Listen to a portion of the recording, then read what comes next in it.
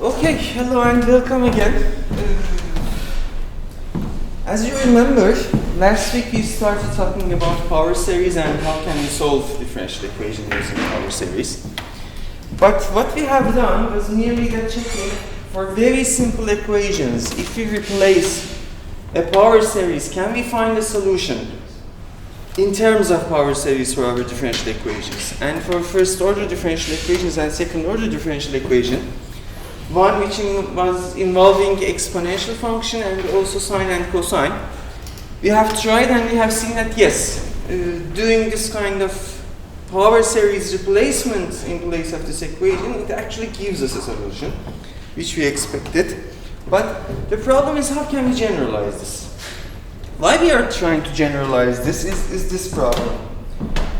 If you remember that tree about second order differential equations, when we are trying to find two solutions for homogeneous equations, because the general form of the solution is c1y1 plus c2y2, and we need to find that y1 and y2. In order to find these two, we need to look for the type of equation that we know how to solve. The most easiest cases are differential equations with constant coefficients. You know how to solve them. You just need to write the characteristic equation, solve, find the roots, and based on different cases about the roots, are they real and repeated roots, or are they complex roots? We have different scenarios. The second type of easiest kind of differential equation, second order differential equation, that we could solve was that Euler or Cauchy's equidimensional equation. But if you remember, we are having this x to the power of 2x and this kind of functions of x as polynomials multiplied to this y double prime, y prime, y.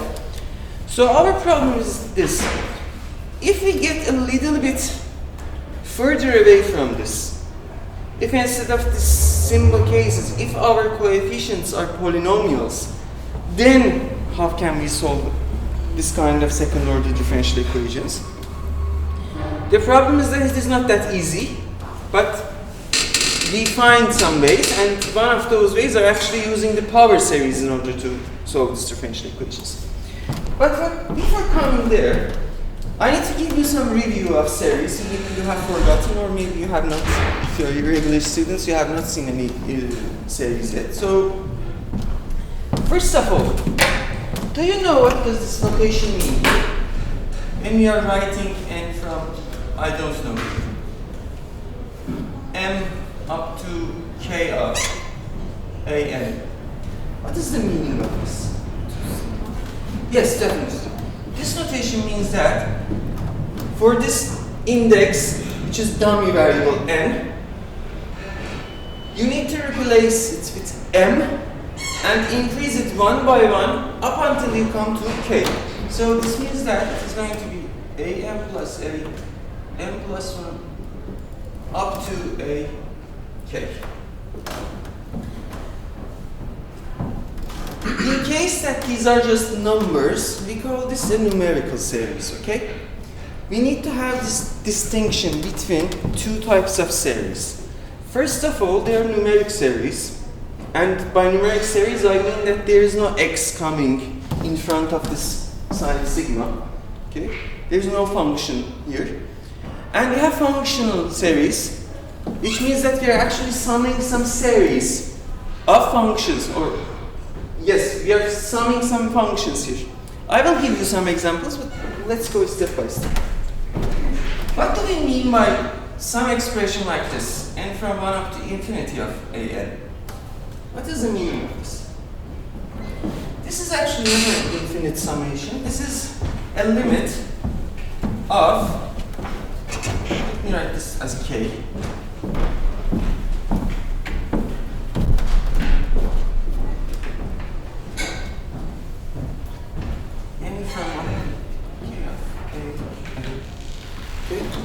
Which means that we are actually taking this partial sums and then we are having this limit. Two examples of series that you may be aware of. the sum of harmonic numbers. If I want to write this in an open form, not in a closed series form, what should I do? I need to just replace, in place of n, 1, add it 2, replace it with 2, and so on and so on and so on. So this is going to be 1 plus 1 plus 1 divided by 3, 1 divided by 4. Do you know what is the result of this sum? Or, a much more important question, is this series a convergent series or a divergent one? When we are saying a series is a convergent series, we mean that when we are looking at these partial sums, we can call them S of k, for instance, okay? Then you have S1, which is the first term. You have S2, the sum of first term and the second term. S3, the sum of first term, second term, third term. So there are going to be some numeric sequences. When we are asking if this series is convergent or not, we actually are asking this question. Is this S case the sequence of partial sums of this series? Is it a convergent sequence or not? And if you remember, maybe from calculus, this is actually a divergent series. So it's going to be something like that. It's the divergent series.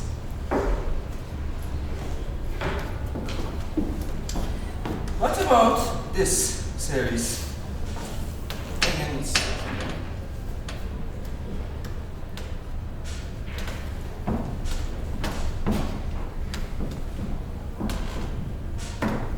if I want to write this in open form, what is this actually? 1 to the power of 2 plus.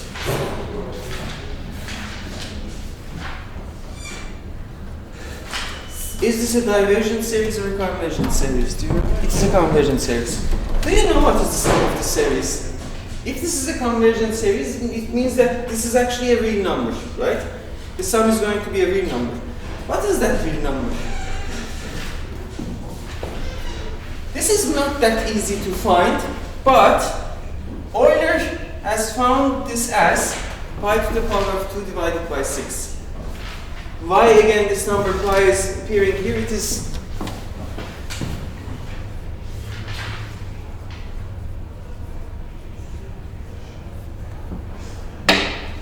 what happens if instead of 2 I write here 3, 4, 5?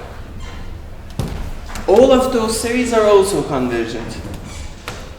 Strangely enough, we have closed form formulas for the case that this exponent is an even number. But when it is an odd number, for instance, if it is 3, 5, or 7, we have no closed form about this. And we don't know if it is existing or not. So, anyhow, what about this notation, by the way? We are not going to use it, but for the sake of completeness, when we are writing something like this, a capital pi. Yes, and this is the multiplication. It's going to be am multiplied by am plus 1 multiplied by a.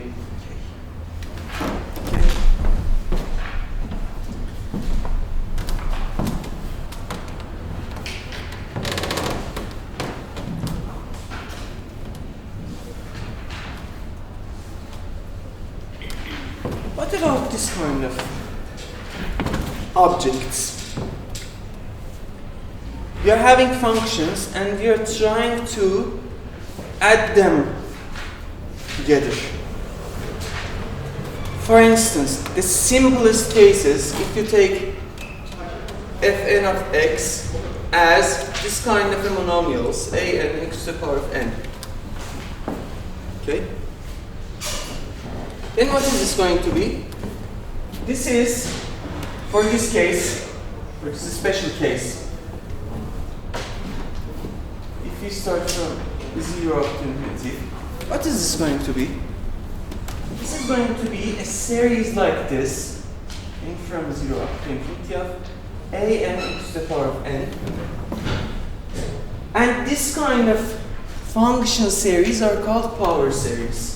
So this is going to be a0 plus a1x plus a2x2 plus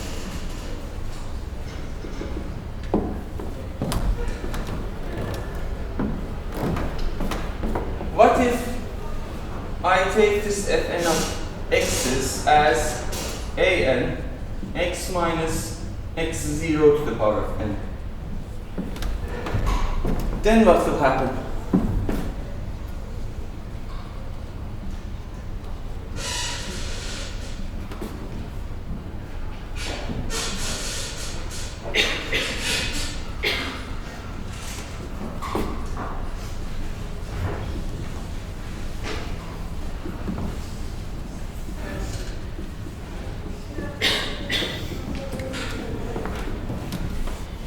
This kind of series are called power series.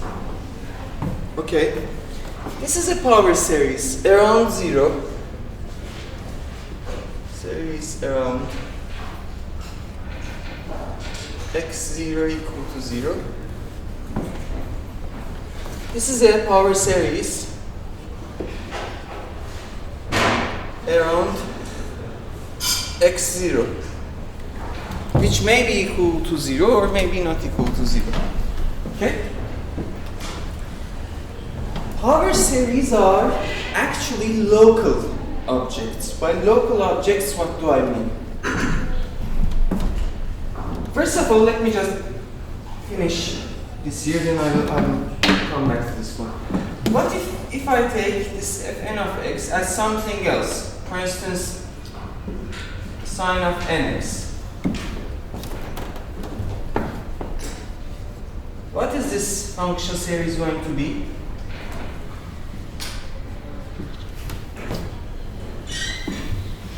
Instead of n, I'm just going to write 0, 1, 2, 3, whatsoever. What is sine of 0? 0, so that's a 0 function. I have nothing to do with it. This is going to be sine of x plus sine of 2x plus sine of 3x. Okay?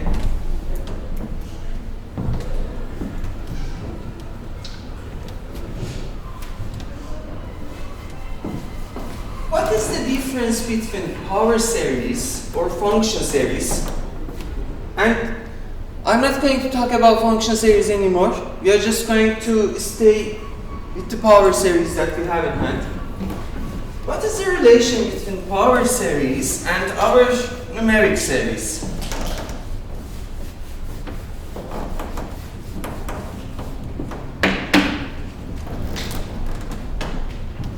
When we have a power series like this, if you place some number in place of x, then maybe this series is going to be convergent, which will give us a real number, or maybe it is going to be divergent, which means that it is going to be something completely meaningless. I'm giving, if you're going to look at this as itself, this whole thing as a function, then when I'm plugging some number in it, then I need to get out some number, right? But sometimes this is not the situation and this is not happening. For instance, let's look at this series.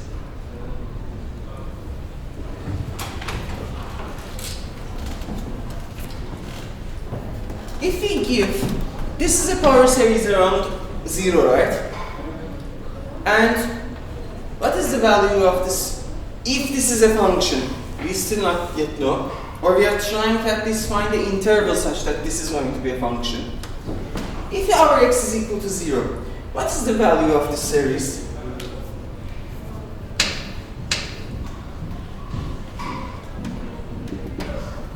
Something like this, right? At the point 0, this is going to be equal to 1. What will happen at the point 1? 1 plus 1 plus 1 plus 1 plus 1, and what is the result at the point? It is going to be infinity, right? So when we are plugging 1 here, we are actually asking this question. is this series 1 to the power of n, which is a series of ones, is this a convergent series or a divergent series? This is a divergent series. So this is something meaningless when x is equal to 1. What about when x is equal to 2? Or any number bigger than 1?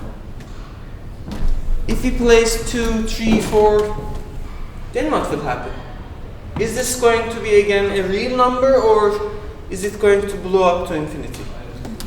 It is going to blow up to infinity, right? So for x is greater than 1, it is meaningless. It is not defining anything. But what about when x is between 0 and 1? I'm not talking about the case of negative numbers for now. Let's keep it simpler. What will happen when this is going to be a number between 0 and 1? Not always. First of all, question.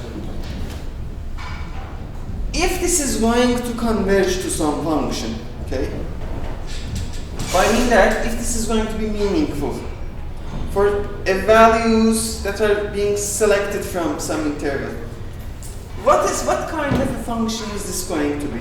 What is this going to represent? How can I represent this in a very simple form? Let's assume this partial summations of this series, okay? Let me call this as n of x equal to 1 plus x to the power of 2 up to x to the power of n, okay? What is x as n of x? If we multiply this with an x, it's going to be x plus x to the power of 2, or let me even write it with a shift. X plus x to the power of 2 plus x to the power of 3.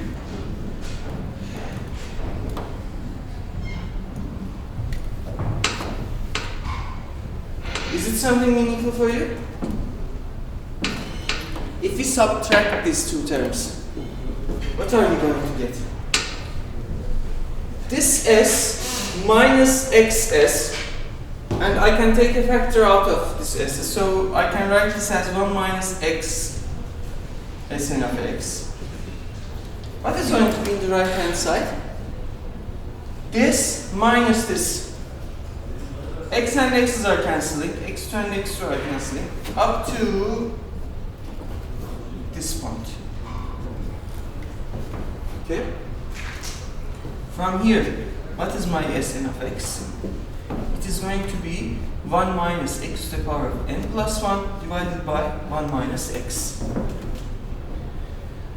Now, question. What happens if I take this limit?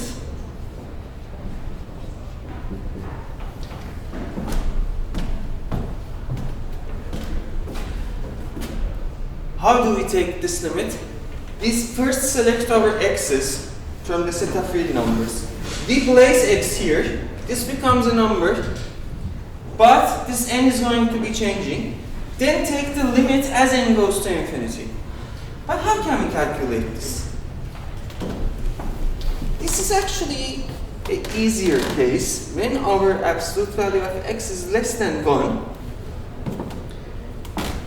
What is going to happen to this? We have some number which is less than 1 in absolute value, which is something between minus 1 and 1. And its exponent is increasing more and more and more. If we have a number between 0 and 1, and we are exponentiating it, okay, calculating its powers, what is going to happen to that number? Is it going to, yes, definitely, it is going to converge to 0, right? So this is going to be 0, and the rest is going to just be as it is. So this is going to be 1 divided by 1 minus x. And it is going to be infinity in these cases. Okay?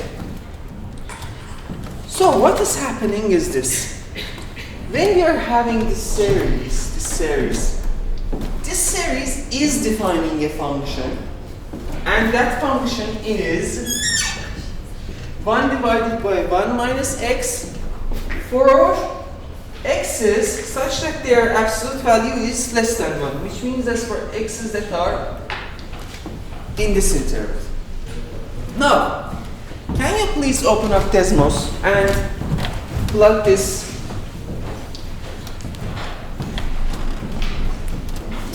what is the graph of 1 divided by 1 minus x?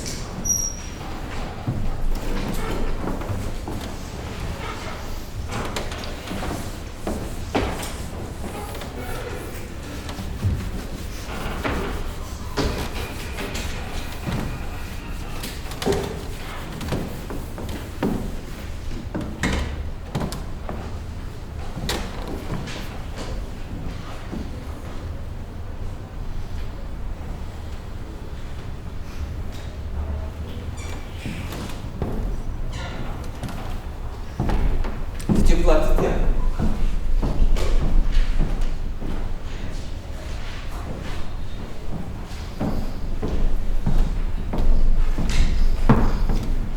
Can you also plot these functions 1 plus x, 1 plus x plus x2?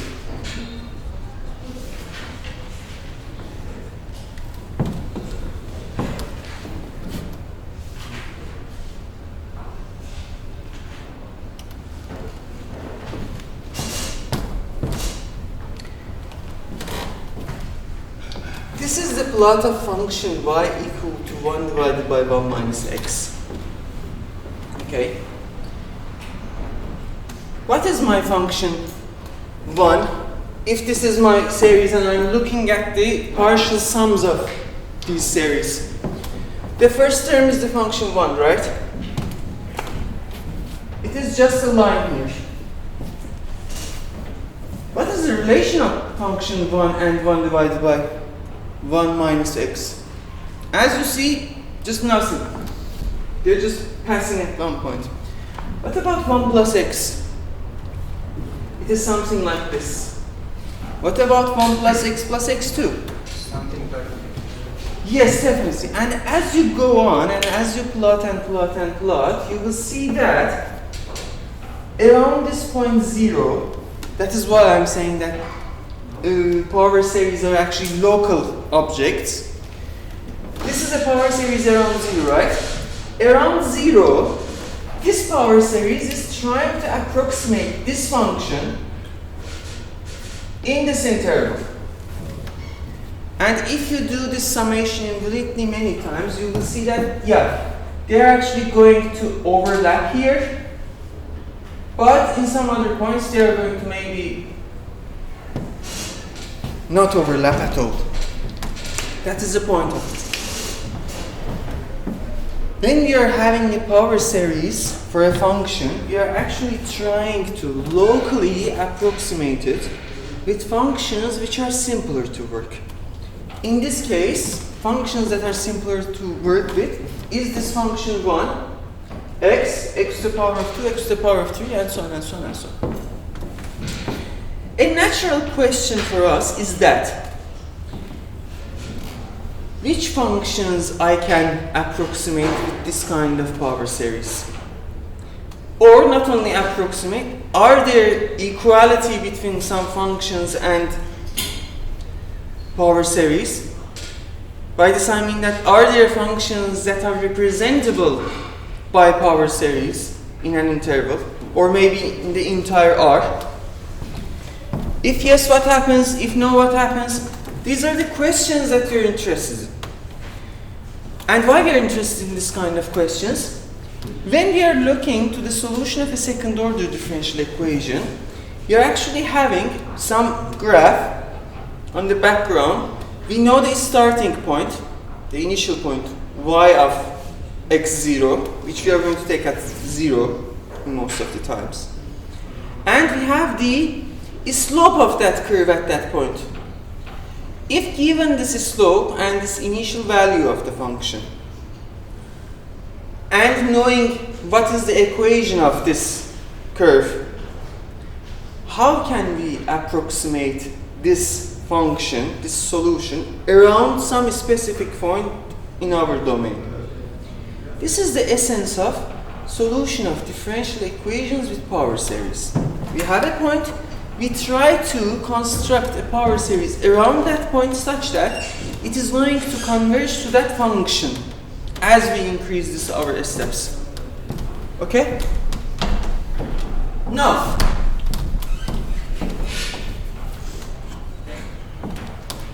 is this something meaningful for other numbers? For instance, numbers which are less than -1 or bigger than 1. This series is not meaningful. But this function is meaningful and it is defined. The place that we can write this function as a power series is this interval. And if we can write a function around a point as a sum of power series or in the form of power series, then that function is going to be called an analytic function. Okay, I will just give you the definition, but yeah, that is the essence of it.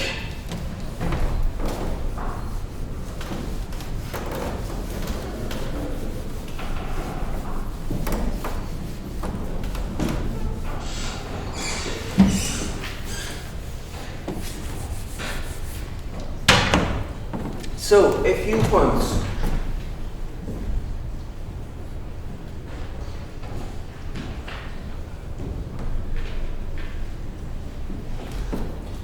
This is a power series around x0. Okay.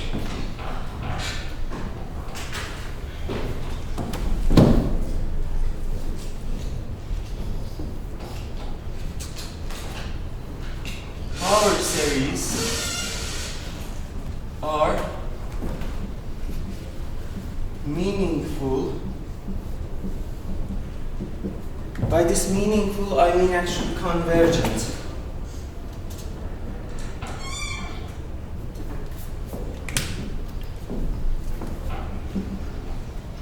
In an interval around x0.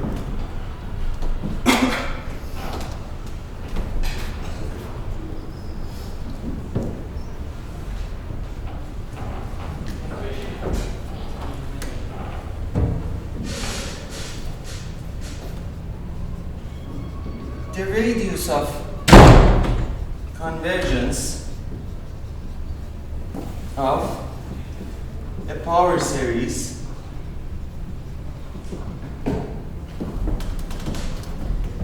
is calculated by D'Alembert's ratio test. What do I mean by this?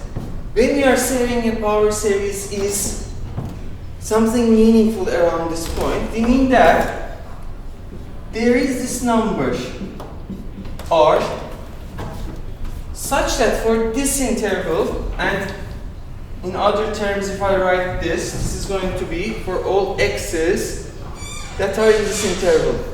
x0 minus R, x0 plus R. This parenthesis is not a good one. Yeah.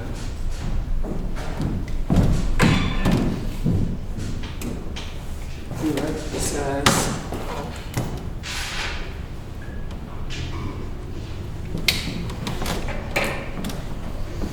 how can we find this radius of convergence?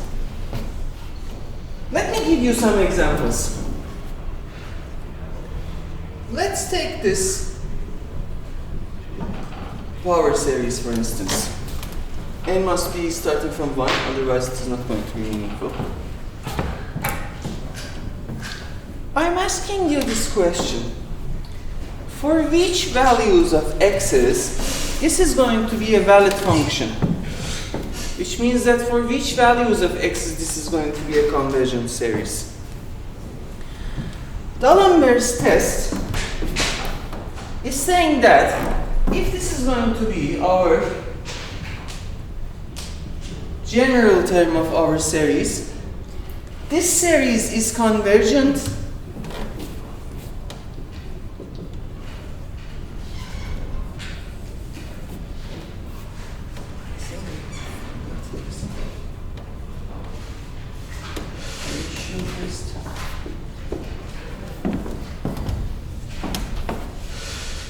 if the limit of ratio of two consecutive terms of this series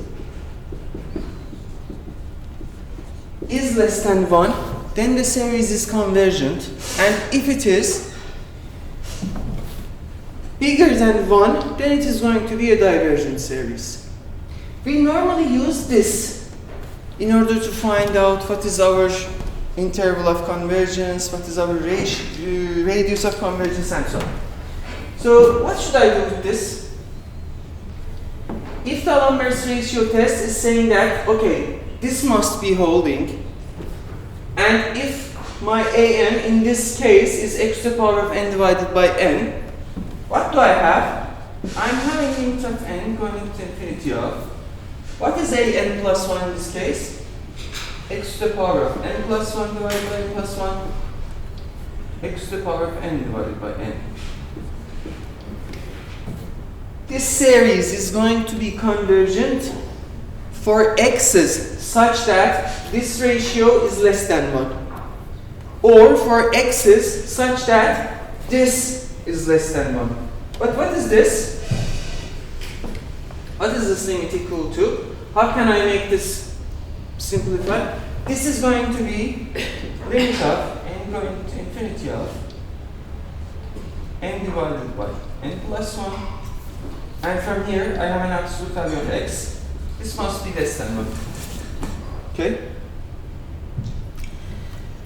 This series is convergent for all of the x's such that this limit is less than 1.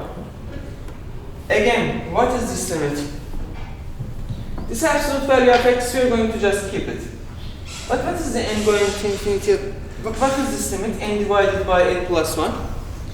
As you know, if you are having this n going to infinity, we need to take the highest degree terms. So this is behaving like n divided by n. What is n divided by n? 1. What is limit of 1 as n going to infinity? 1. So this is going to be 1 times absolute value of x less than 1. So this is a convergent series for all of the x's such that this holds, and that is equivalent to this, right? For all of the x's that are between minus 1 and 1, this series is convergent. For other values, this is not convergent. Another example.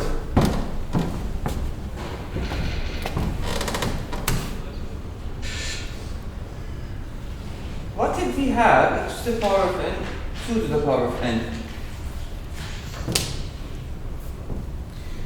For which values of x this is going to be a convergent series? Again, what do we need to do? We're just going to use Lambert's ratio test, right? This series is going to be convergent when this ratio is less than 1. But this ratio for this series is what?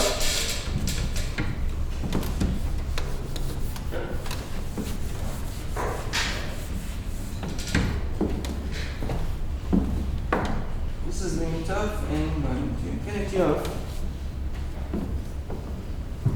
x to the power of n plus 1 2 to the power of n plus 1 divided by x to the power of n divided by 2 to the power of n.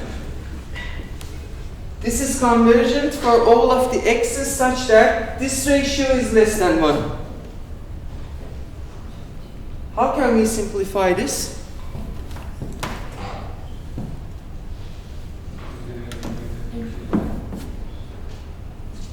Again, we have an x out. This limit of n goes to infinity of. What do we have then?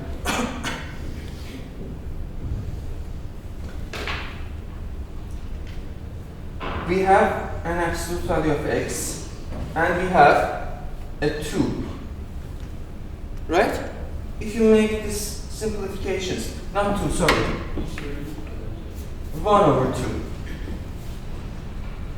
1 over 2 absolute value of x, and this must be less than 1. If from this we are taking limit when n goes to infinity, what do we have? Since there is no n's here, this is just itself. Let's just clean it. So what is this going to be? So this power series, which is a power series around x equal to 0, this is x minus 0, right?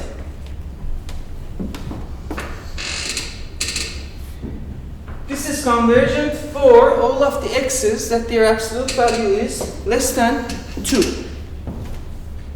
Okay? So our radius is 2. Another example. What if we have this kind of a series, x to the power of n divided by n factorial? Can you find the interval such that this is a meaningful series? This is a power series around x equal to 0. We are trying to see how we can go locally to the right or to the left of x and still have some meaningful terms here. Okay? Can you please use D'Alembert's test on this series and try to find out what is the ratio of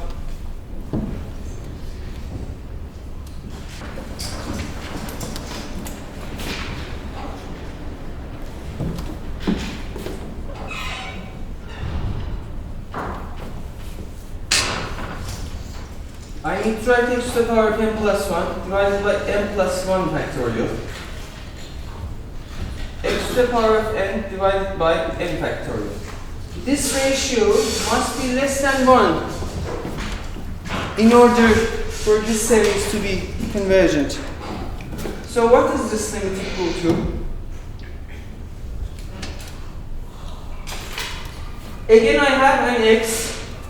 Let me write it out. And what do I have as my limit? Limit of n going to infinity of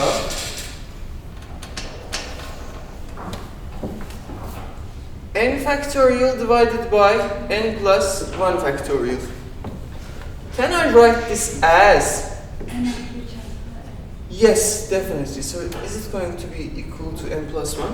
I just write this as n plus 1 times n factorial, and they're just cancelling each other.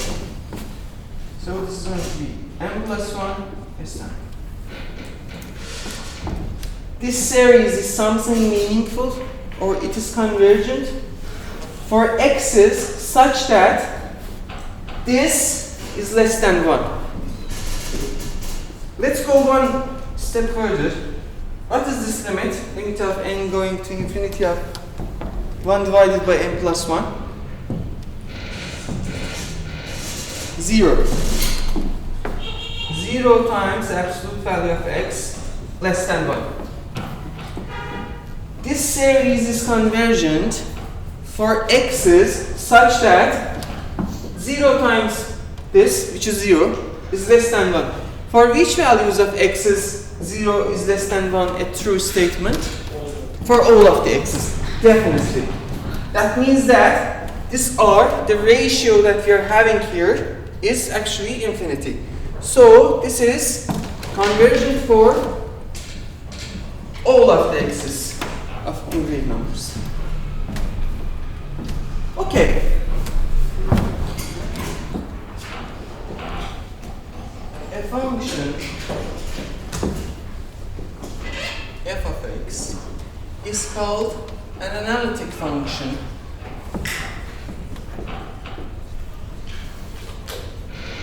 around a point x0 if it has a power series representation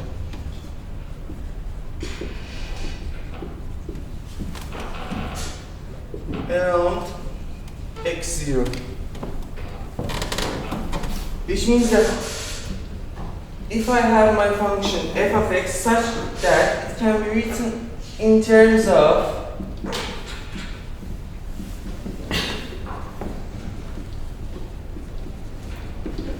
this kind of power series, then this function is going to be called an analytic function. These are very important functions for us.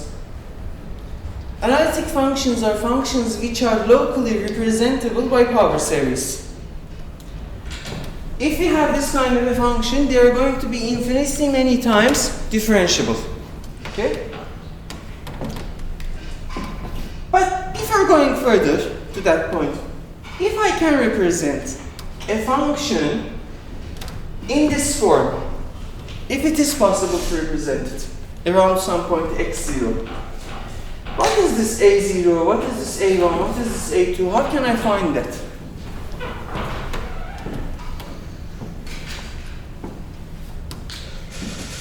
If we place x0 in place of x, what are we going to get? This is going to be f of x0. What is the right hand side going to be? This is going to be x0 minus x0, 0, 0, 0. All of them are going to be equal to 0. And we are going to have only a0. Now that I have this, replace it here. What about a1? How can I find a1?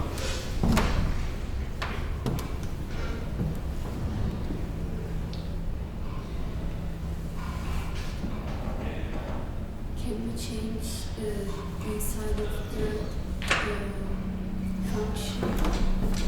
Here? Yes. It is just an x. If you change it, then whatever you place here, you're going to replace with this x as well. We are actually trying to find this series expansion of this function around the point x0. If x0 is equal to 0, it is much more simpler. This is going to be a0, a1x, a2x to the power of 2 and so on. But let's talk about the general case. From now on, I will start working with power series that are around 0. If we take the derivative of both hand sides, what will happen?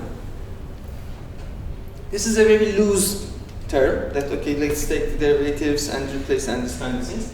But it is actually the essence of Taylor's theorem. What is happening here is this. If I take the derivative of both hand sides, left hand side is going to be f of x's derivative. Right hand side is going to be what? a1 plus 2a2x minus x0 plus 3a3 x minus x0 to the power of 2 plus rest. If we replace x equal to x0, what do we get? Yes, f prime at point x0 is going to be a1. What if I want to calculate a2? What then? Just take the second derivative. This is going to be 2a2 plus 3.2.1 a3 x minus x0 plus rest of it. And again, if you replace x0 in place of x's, these terms are going to be equal to 0. 2 times a2 is going to be this. F double prime of x0 divided by 2 is going to be a2. And you can continue this process and you can see that actually an is going to be nth derivative of this function at point x0 divided by n factorial. Okay? This is actually the essence of Taylor's theorem.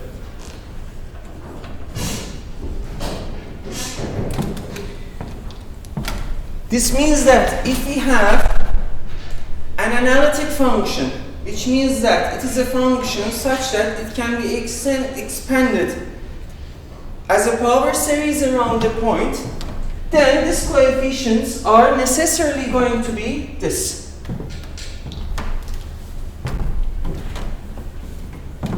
about an example? What's the function e to the power of x?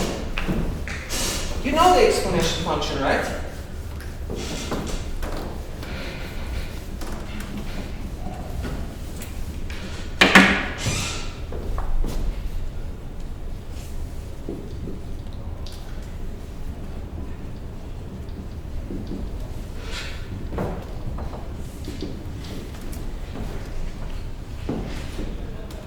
Can we write this exponential function as a power series around the point 0? And if we can write this, what is this coefficient going to be? Again, either you can go step by step, okay? Replace 0, this is going to be 1, this is going to be a0. Okay, a0 is found. Come back again to this equation, take the derivative. What is the derivative of e to the power of x? E to the power of x at point 0 is equal to 1. From here it is a1, and so on and so on and so on. Okay? But based on the Taylor coefficient, what is our an? Instead of again calculating, we can use the formula, right? An is the nth derivative of the function at point 0, because now I'm writing x minus 0, x minus 0 to the power of 2, and so on and so on and so on. And what is this equal to? What is the nth derivative of e to the power of x at point 0? What is the first derivative of e to the power of x? E to the power of x. What is the second derivative? E to the power of x. Third e to the power of x, right? And all of these have value of 1 at point 0. So this is going to be 1 divided by n factorial. So in fact, e to the power of x is going to be 1 plus x plus 1 divided by 2 factorial x to the power of 2, 3 factorial x to the power of t, etc. Okay? One more thing before we give a break. Power series are uniformly convergent in the domain of convergence, or the interval of convergence.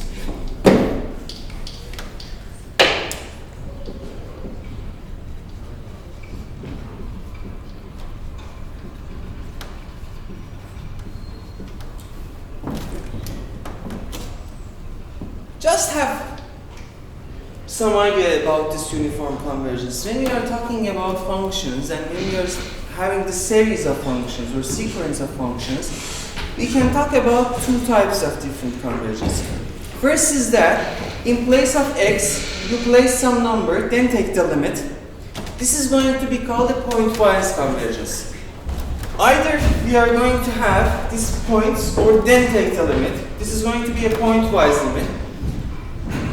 This kind of series or this kind of functions are converging at each one of these points. But when we do not want this at each point, but we want the convergence at all of the points all at once, then we need to talk about uniform convergence. There is no need to go into the details, just be aware of that. And we can differentiate and integrate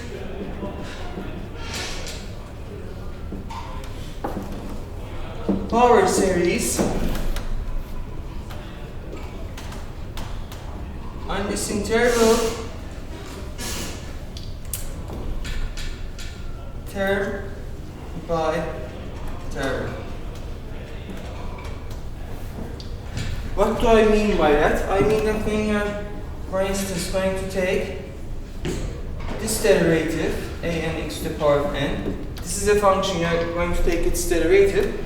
Then this is going to be the sum of derivative of all of these terms. What is the derivative of a index n times x to the power of n?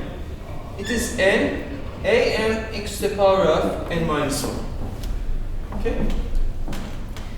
Which is again itself a power series, which is again convergence in the same interval, which again can be take its derivative or differentiate it again term-wise. So you can take its derivative infinitely many times. Okay? With this in mind, we are going to use this knowledge in order to solve second-order differential equations. Okay? But after a break.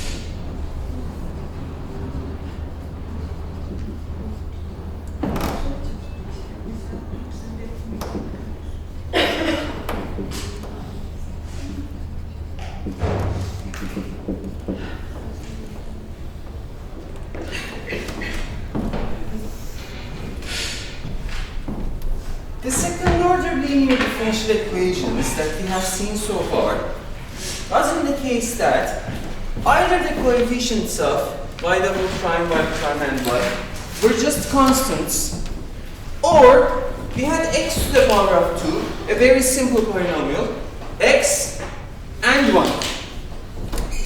What we are trying to do is that we are trying to expand our toolbox to the cases such that if these coefficients are also polynomials, we can also be able to solve this kind of problems. For instance, look at this problem, Legendre's equation. The general form of Legendre's equation is 1 to the power x to the power of 2y double prime minus 2xy prime plus p plus 1y equal to 0. Is this equation an equation with constant coefficients? No. Is it another equation? No. What is the next step in this procedure that we were always asking ourselves? Okay, if this is this, then do this. If this is this, then do this. When we are having an equation such that the coefficients are going to be polynomials, what we are interested in is that we are trying to use power series solutions. Because by a theorem of fluxes, let me also write it here.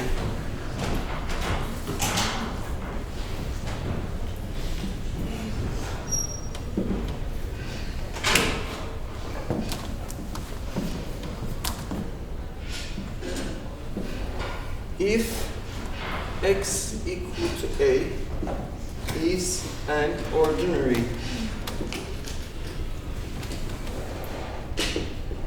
point of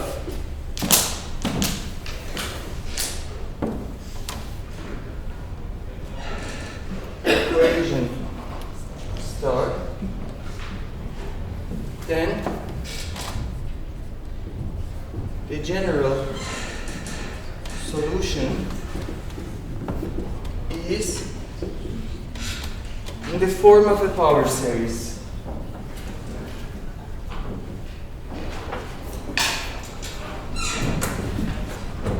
Y of x equal to a from 0 to infinity of a and x minus a to the power of n, and this is going to be c0 cyy1 plus c2y2.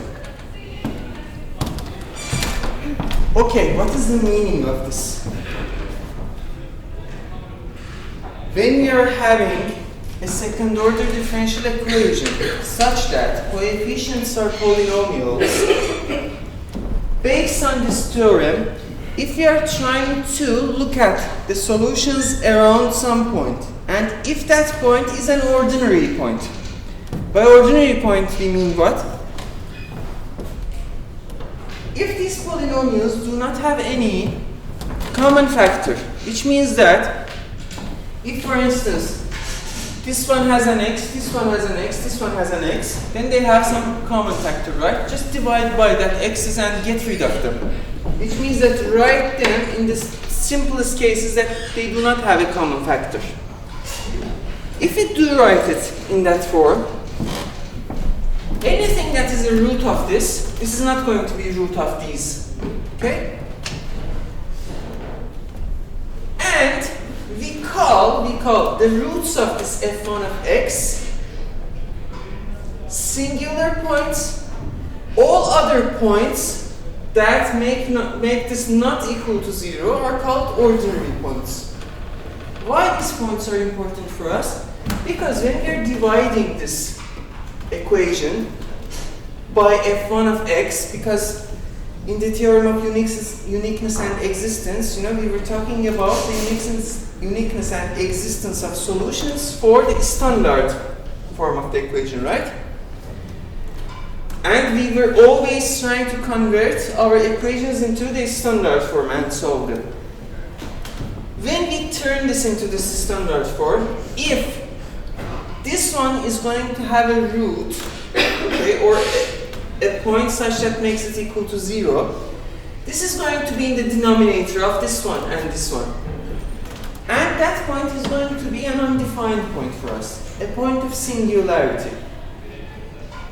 A point such that after division, which comes this p of x and q of x, they are not defined, or they fail to be continuous or even analytic. Okay? Such a points are called singularity points.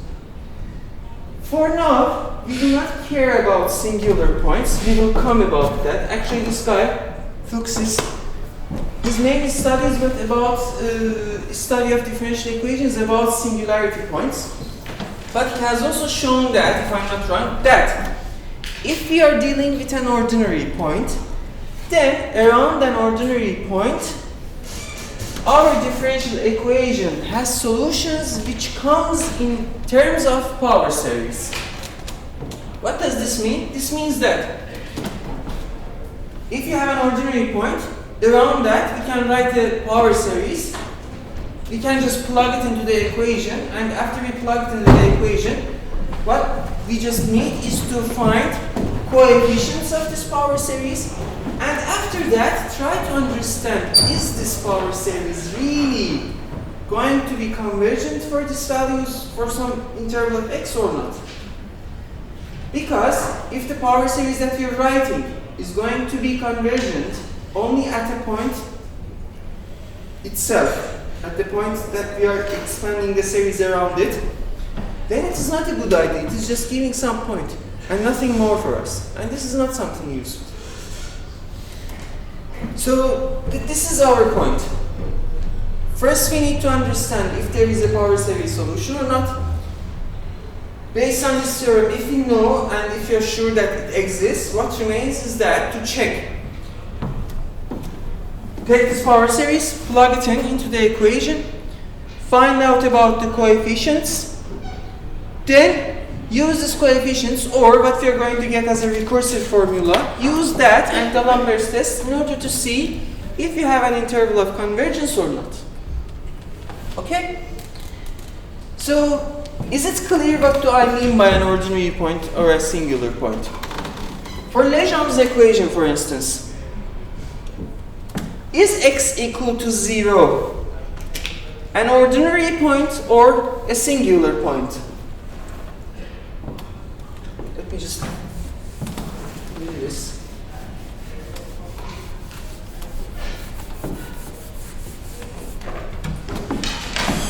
Does x equal to 0 make this 0 or not? What is the value of 1 minus x to the power of 2 when x is equal to 0? 1. Is it equal to 0? No. Why this is important for me? Because if I make this equation into the standard form, which means that if I write this like this,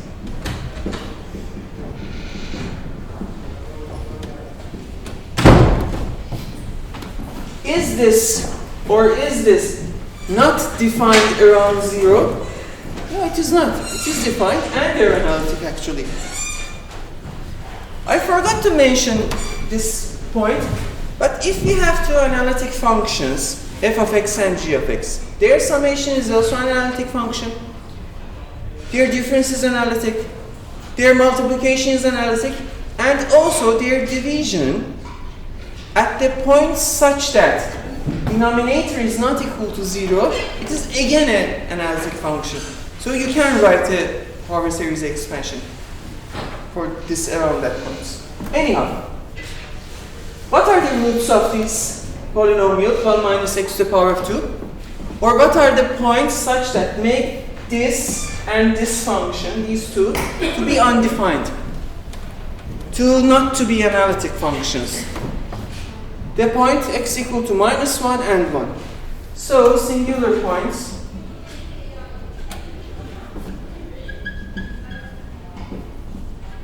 minus 1 and 1.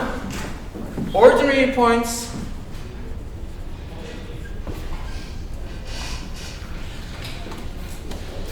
whole of R except these two cases. Okay?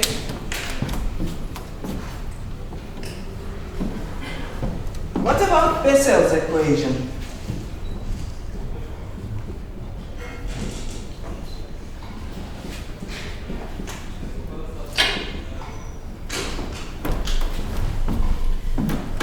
What are the ordinary points of this equation?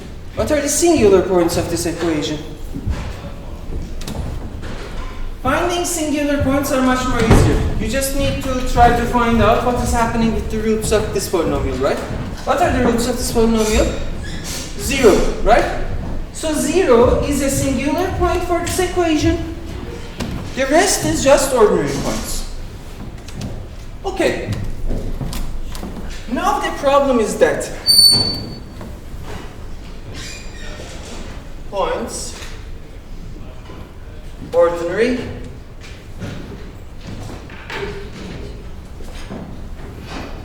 singular.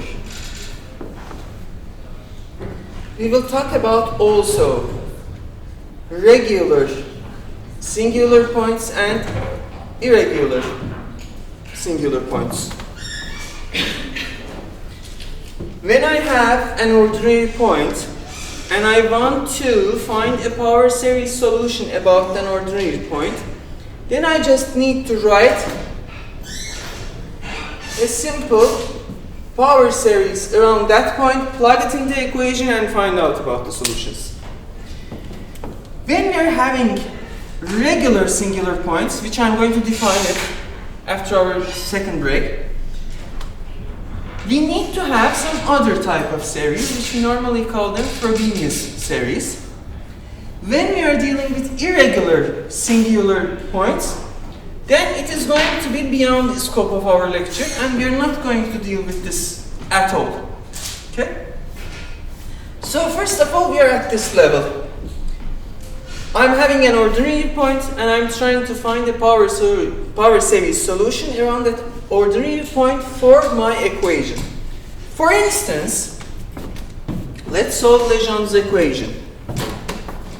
Legendre's equation is actually coming from a lot of, it has a lot of physical applications. For instance, if you want to study gravitation or, I don't know, heat around a spherical object, then you will see that Legendre's equation is popping up.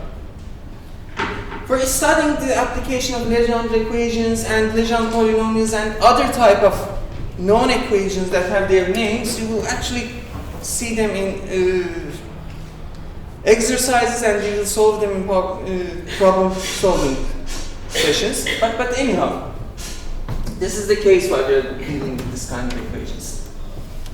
So, I want to find a solution for this differential equation. Is it a differential equation with constant coefficients? No. So I cannot write a characteristic equation, find the roots, replace it, and get done with it. Is it an Euler-Cauchy equation that I know how to solve? No, again not. What is the next step in our trying to ask if the coefficients are polynomials or not? If this is a polynomial, yes it is. Actually, the things that we are trying to develop, they work also when these functions are going to be analytic functions. So not only they are polynomials, but also they are infinite series. It is going to again work, but the motionary and writing and multiplication, it is too much for us. So if you want, you can study it yourself. Anyhow, are these coefficients polynomials? Yes. Now we need to look at around which point I'm going to find the solution for this equation. For instance, I'm going to find a solution around x equal to 0. From now on, I'm always going to talk about point x equal to 0. And if that point is not equal to 0, then you can use this kind of change of variable and transfer everything up to 0. Why I'm doing this? Because working with power series of this form is much more simpler. Okay? So, yes, okay. I'm trying to find the power series solution around x equal to 0. Is x equal to 0 an ordinary point for this equation or not? It is an ordinary point, right? It is not a root of this. So, at point x equal to 0 minus 2x divided by 1 minus x2, and this one, but you had written before, they are analytic functions. Since they are analytic functions, From Fuchs's theorem, we know that our solution exists in terms of power series, which is going to be this one. Okay? What do I need to do? I need to calculate the derivative of this, second derivative of it, place it in the equation and try to find out this coefficients. What is y prime? If I want to take the derivative of this, what is it going to be? Yes, we differentiate term by term, so it is going to be n from 0 up to infinity of n, a n x to the power of n minus 1. What is our second derivative?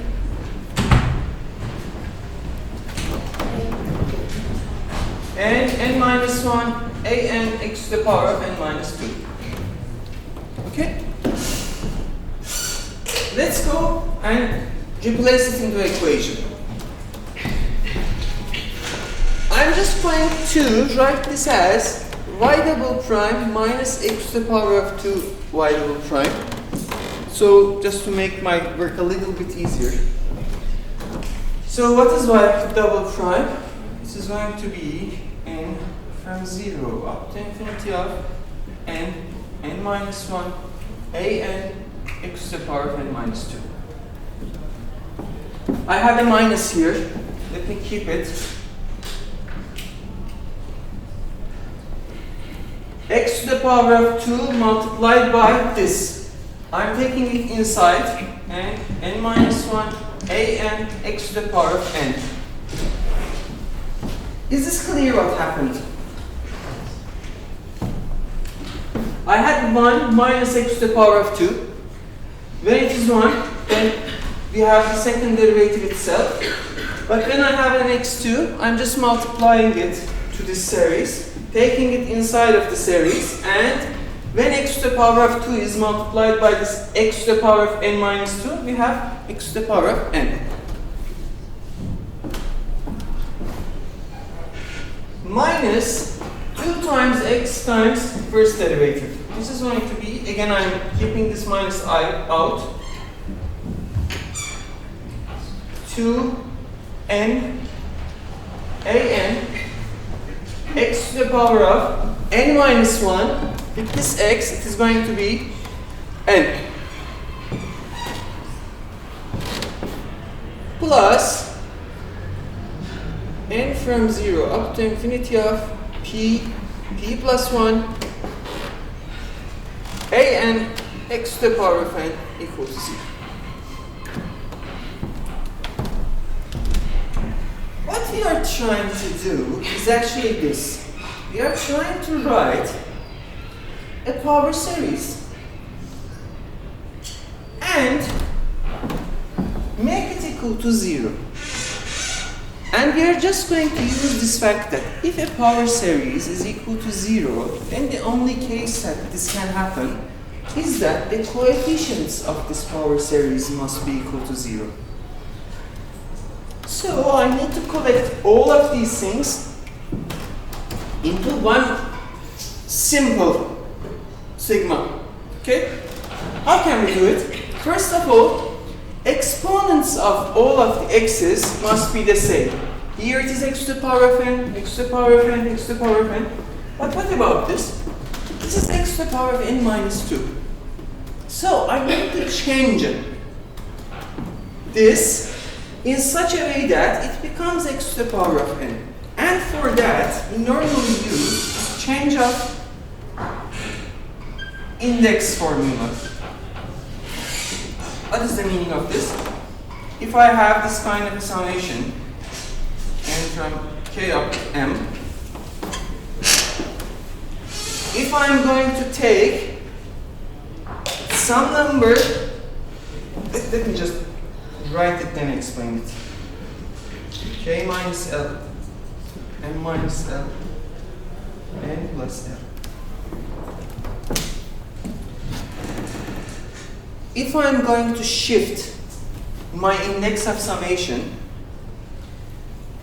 how much do I shift? I need to reduce or increase based on if I'm increasing or decreasing my indexes, by the same amount in the lower and upper limits of my summation formula. Why this is actually a meaningful thing? First, let's give an example. If you're summing either 1 over n, when n is equal to from 3 up to 5, okay? What is this first of all? 1 over 3, 1 over 4, 1 over 5.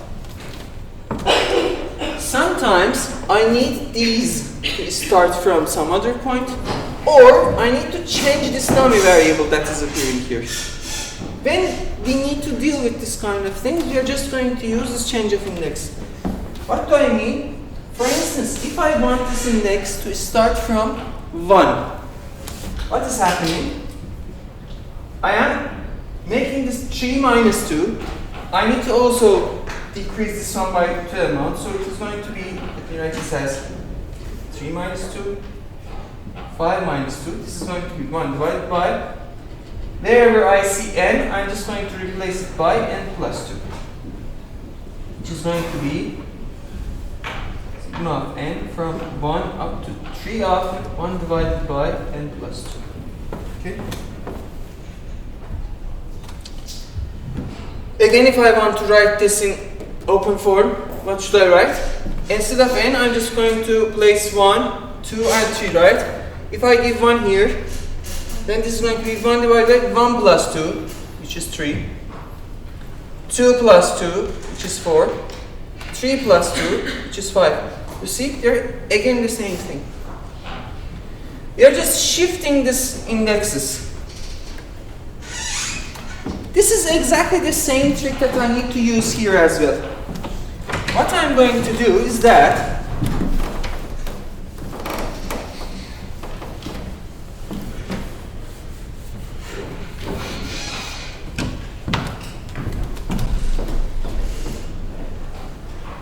I need to write this in terms of, since I want this to be x to the power of n, I am increasing this indexes, right? So these ones are going to be 0 minus 2, infinity minus 2, and wherever I see n, I'm just placing n plus 2. This is n plus 2, n plus 1, a of n plus 2. Okay?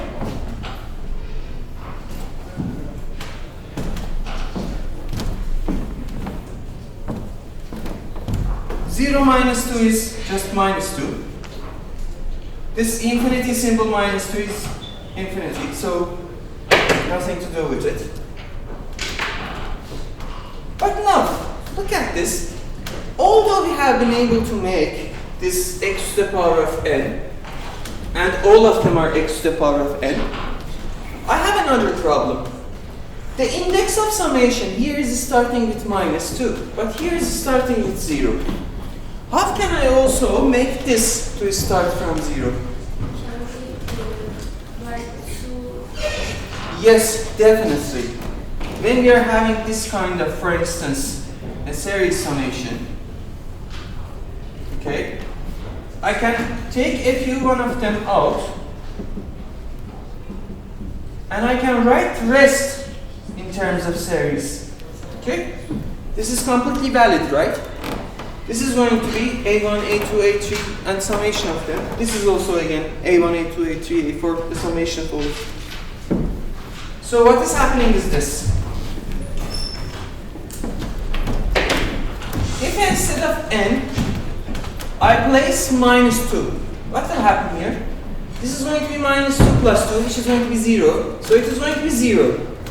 0 plus when I replace n with minus 1. What then is going to happen?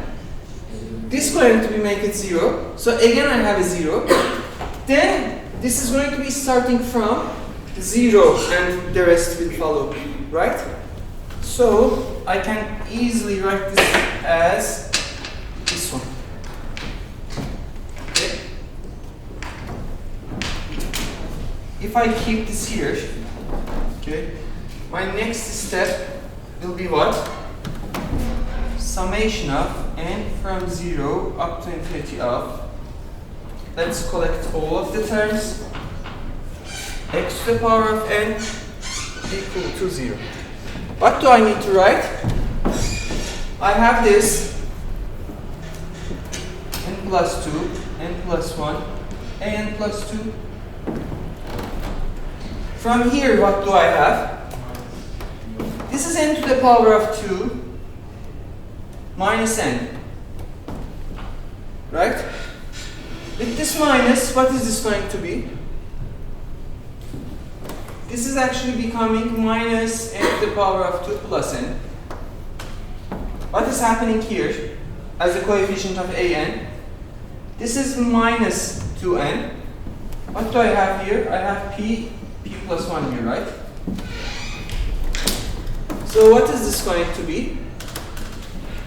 Minus n to the power of 2 plus n minus 2n, which is going to be minus n, and plus p plus 1. If I also take a factor out of a minus, so this n to the power of 2 is going to be appearing with a positive sign. So it is going to be n to the power of 2. This was going to be n minus 2n, which is going to be minus n. I'm taking that minus out, so it is a plus n.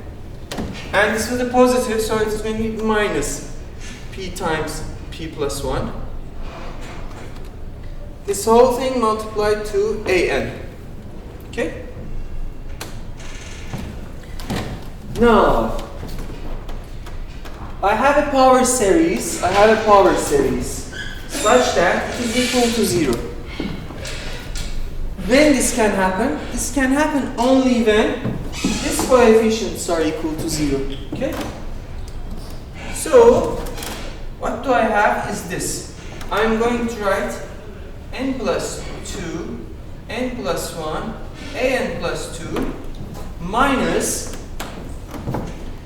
let me also write this in this form as well, n minus p n plus p plus 1, an equal to 0. Do you see how can I write this in this form?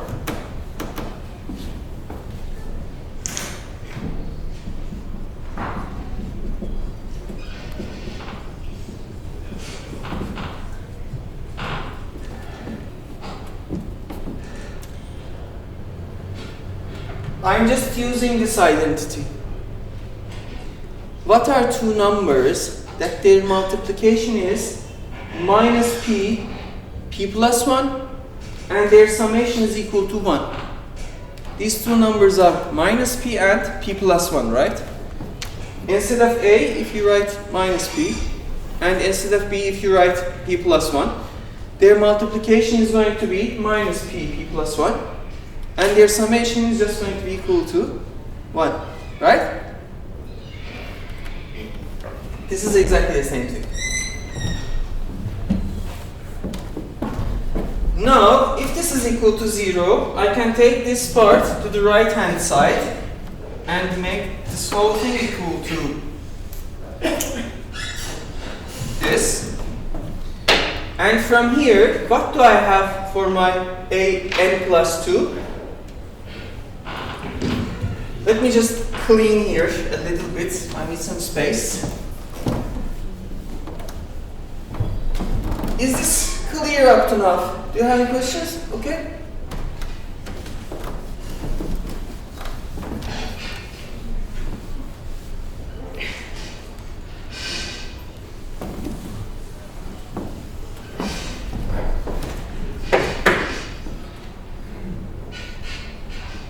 N plus 2 is going to be equal to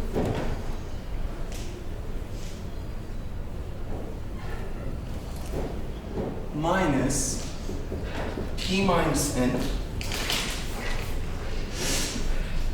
p plus n plus 1,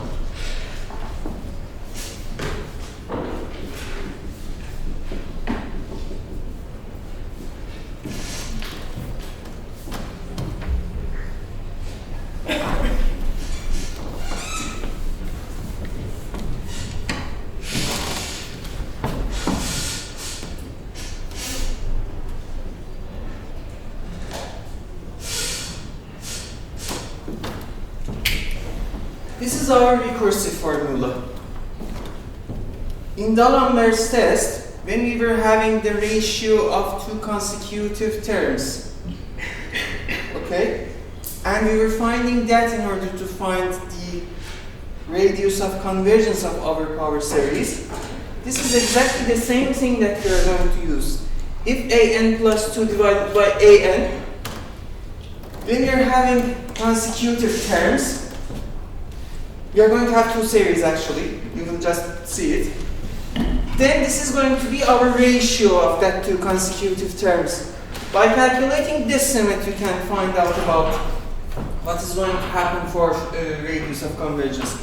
And if you actually find that limit, you will see that it is going to be equal to 1. As an exercise, I'm leaving it to you. So this power series solutions that we were trying to find out about x equal to 0, it only works in the interval from -1 up to 1.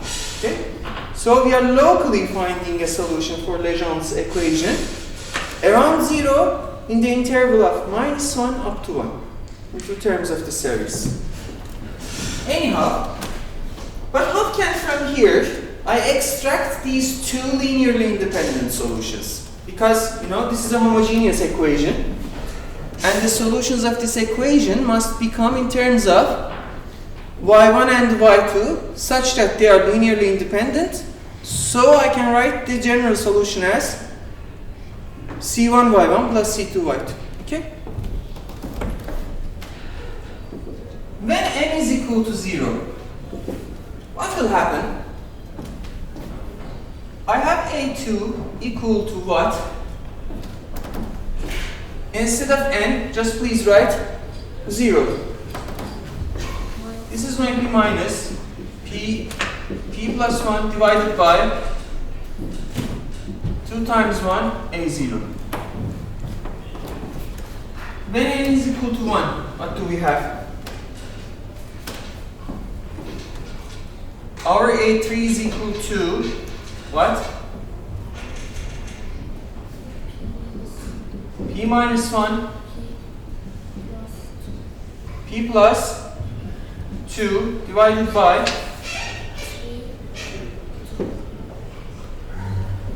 a1. When n is equal to 2, what do we have?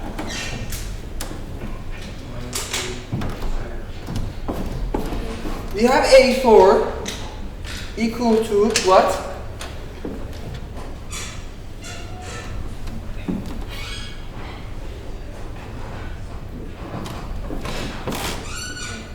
P is just a fixed number, okay?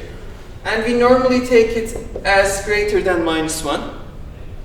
Because in other cases we can just make a change of variable and bring the equation again back to this. So P is a fixed number, okay? Don't deal with P. We are just giving some values for the n. There is a fly here, and yeah. When n is equal to 4, what do we have? Minus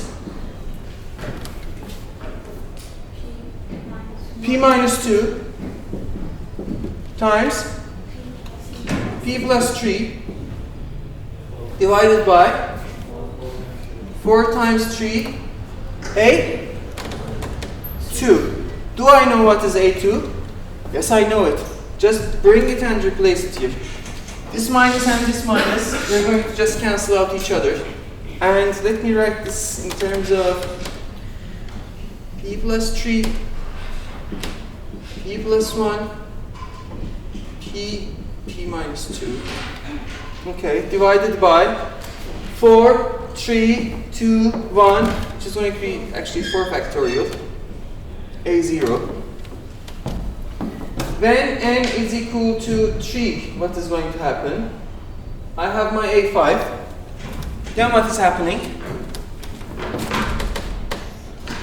Minus P minus 3, P plus 4, 5 times 4, A3. Do I know what is A3? Yes, I know it. If I replace this, what is going to happen? P p plus 4, p plus 2, p minus 1, p minus 3 divided by 5, 4, 3, 2, 5 factorial, a1. Now, is our a0 and a1 coming up from somewhere? No, they're just free variables, right? As you will see, they are going to appear as our, in the general solution we had the c1y1 plus c2y2. These are going to be appearing as our constants. How?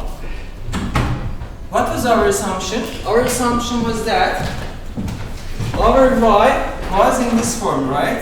N from 0 up to infinity of a n x to the power of n, which was a0 plus a1x plus a2x2 and so on and so on and so on.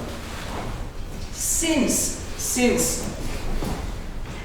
a2 is in terms of a0, a4 is in terms of a0 and so on, I'm just collecting the even indexes to one part,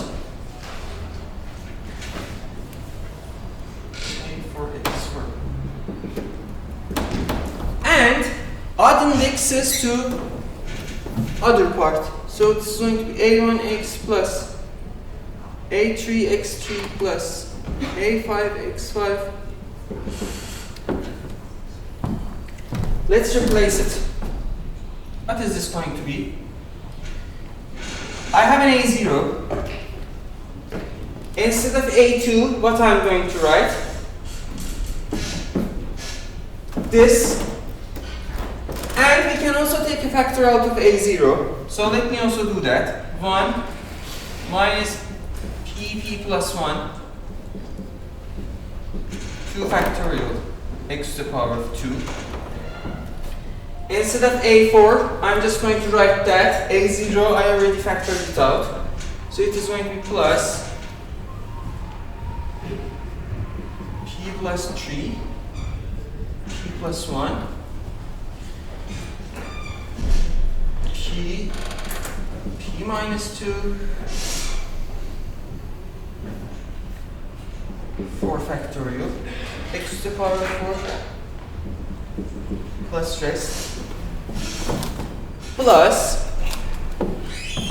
again it is going to be the same story, so I can take a factor out of a1, so this is going to be x plus, what is my a3? Minus, let me write this also in this form.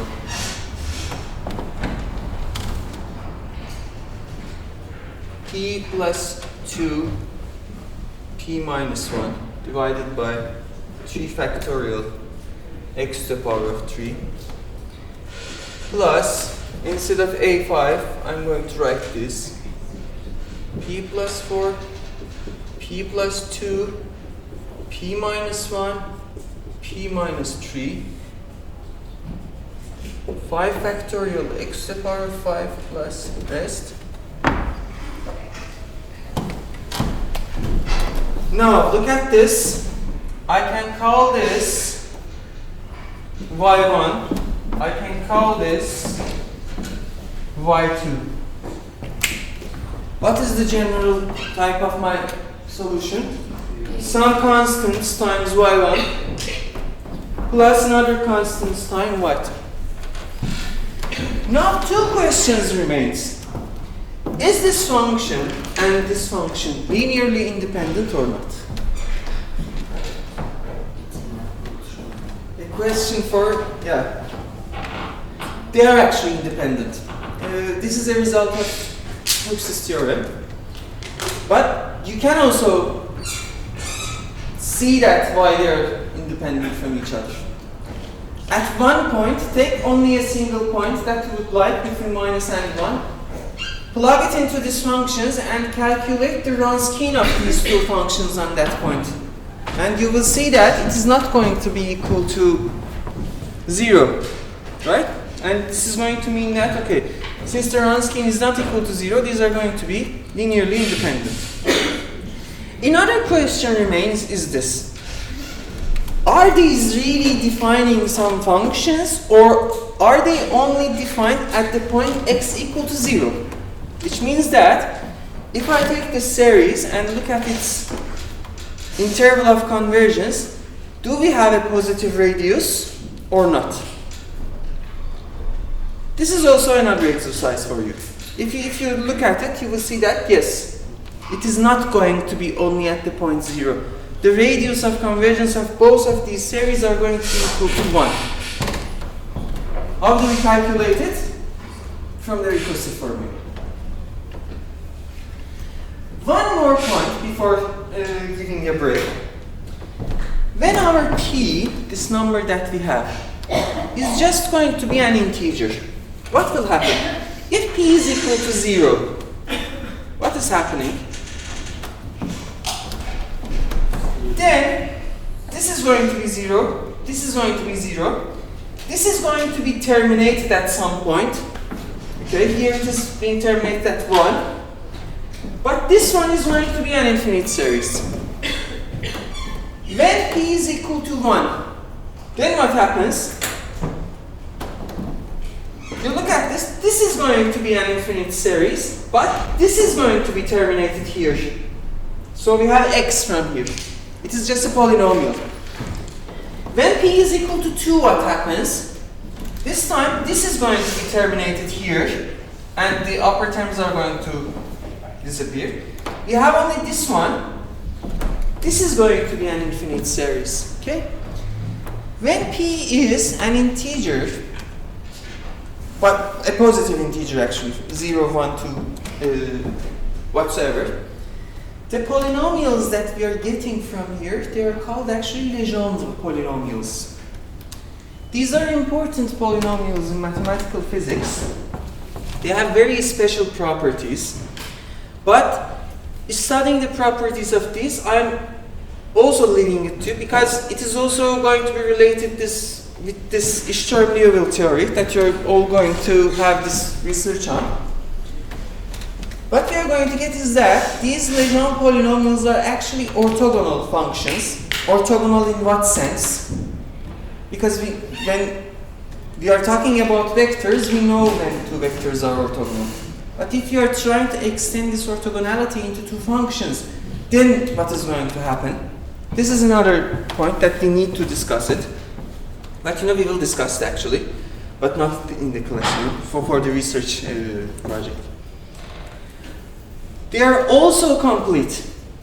By complete, what do we mean? We mean that if you have a piecewise smooth continuous function, or let's take the continuous function, then that continuous function can also be written as a summation of some constants times this Legendre polynomials. Which means that we are not only being able to write these functions in the terms of power series, we can also extend continuous functions in terms of Legendre polynomials. This is the topic of what we are going to also discuss in Sturm-Liouville theory. The essence of Fourier series is also like that. These sines and cosines, they are also orthogonal functions to each other. They are also a complete set of functions which help us in order to write some other special functions, continuous functions or other classes of functions in terms of summation of this sines of x's and cosine of x's. Okay? This is the whole point of it. I will give you some exercises about Legendre polynomials and other types of equations, but it is, I think, fine for now. Let's have a break, then we will talk about the regular singular points and the cases in that form. Okay. Okay, shall we continue?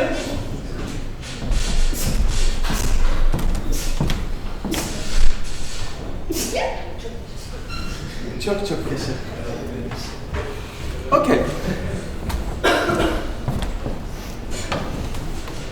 when we have an equation such that coefficients are polynomials, and if we want to find a power series solution, we need to first understand the point that we are trying to write a power series solution around it. Is it an ordinary point or is it a singular point? When it is an ordinary point, we just write this power series expansion around that point, replace this in the equation and trying to find out about this coefficients, and we will get done with it. But the case is a little bit different when we are going to have a point such that it is a singular point. Singular points are divided into two different types. First is that the singular point is going to be called a regular singular point.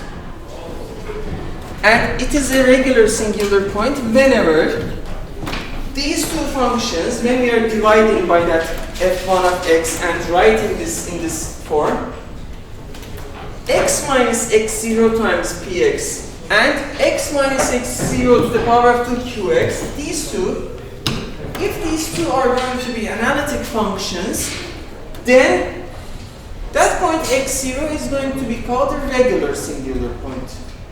If it is not like that, it is going to be called an irregular singular point. Studying the equations around irregular singular points is not very easy. We are not going to deal with that. But around regular singular points, we can have series solutions, but this time it is going to be in terms of Frobenius series we are going to talk about. But first of all, some examples. When we have this x, power of 2 prime plus x prime x minus 1. Okay. Let's find ordinary points, singular points, and for singular points, let's find the regular ones and irregular ones for this equation. First of all, what is our ordinary points or the set of ordinary points?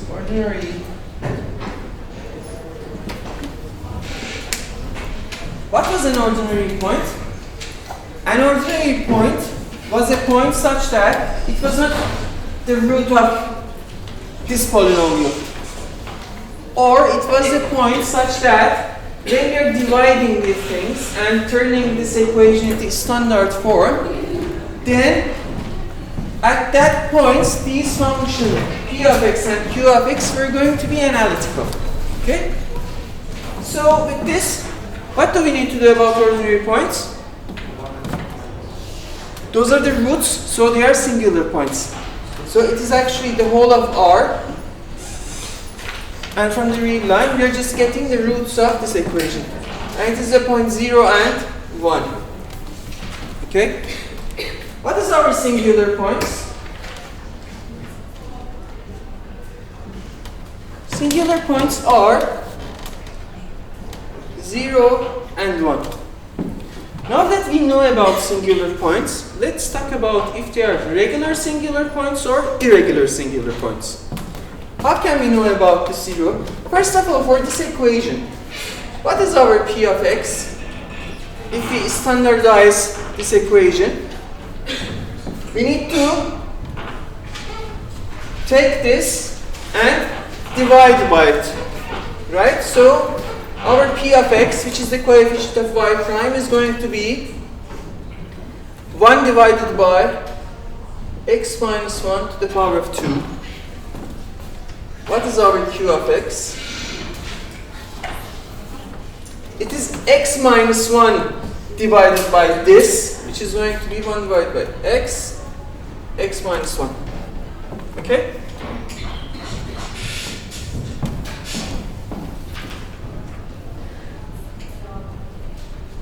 If I'm going to talk about point 0, what should I do? I need to look for this limit. limit of x minus x0, which is going to be 0, x times px, when x going to 0, is it going to be a real number? Does it exist or not? Or is it just what? Let's calculate it. Limit of x going to 0 of what is x times px? This is going to be x minus 1 to the power of 2. What is this limit equal to? Just in place of x, we need to just write 0, right? So 0 divided by minus 1 to the power of 2, which is 1. So 0 divided by 1, so this is going to be 0. It is a real number. I'm just going to call it P0. I will tell you why I'm using this notation later, because we are going to come up with initial equation for this kind of differential equation, but just bear with me. What about limit of x tending to 0 of x to the power of 2qx, which is going to be limit of x going to 0 of x divided by x minus 1. What about this limit? This is again equal to 0, and both of the limits exist. So, is a regular singular point.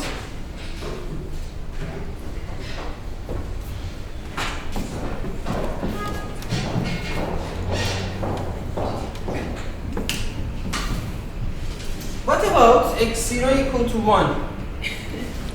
Is this a regular singular point or an irregular singular point? What I need to do is that I need to calculate this limit when x goes to that point, x minus 1 times px. And this is going to be equal to limit of, what is x minus 1 times px? 1 divided by x minus 1, right? And what is this limit equal to? If we place x equal to 1, what's going to happen? This one, yes, limit does not exist. Does not exist. Hence, x equal to 1 is an irregular singular point for this differential equation. Is it clear what's happening? Is it okay? Please.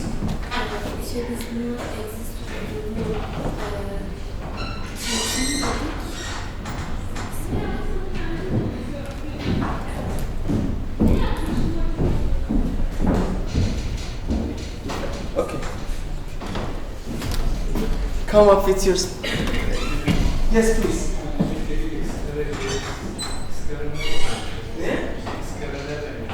This is the definition. This is coming from the definition. Why this kind of x to the power of 2 and x do we have? If this is clear, I'm just going to clean the board.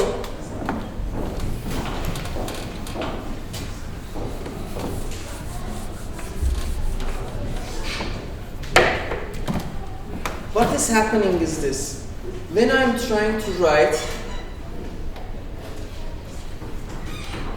this equation, when x px is analytic and x to the power of 2qx is analytic, what is happening is like this. If I write a, not Taylor, but this time a Maclaurin series for px, what is happening is that I have a index minus 1x plus a0 plus a1x plus rest. And if my qx is in this form, let's not write a, it will look like the same thing. b minus 2x to the power of 2 plus b minus 1x plus b0 plus b1x plus b2x2. What I'm going to tell you is that if these are analytic functions, then this does not exist, this does not exist, and we only have regular power series.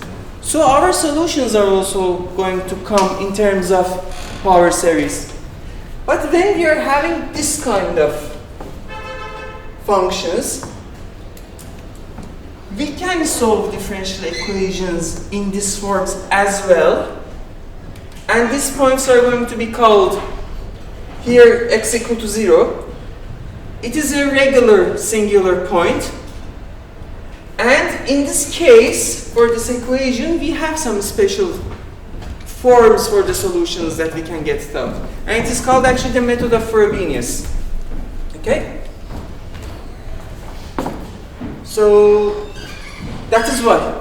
If I multiply this with an x, then this is going to be defined. If this is defined by multiplied by x to the power of 2, that is the point of it. Let me also clean here and write it clearly. If we're coming to the general form,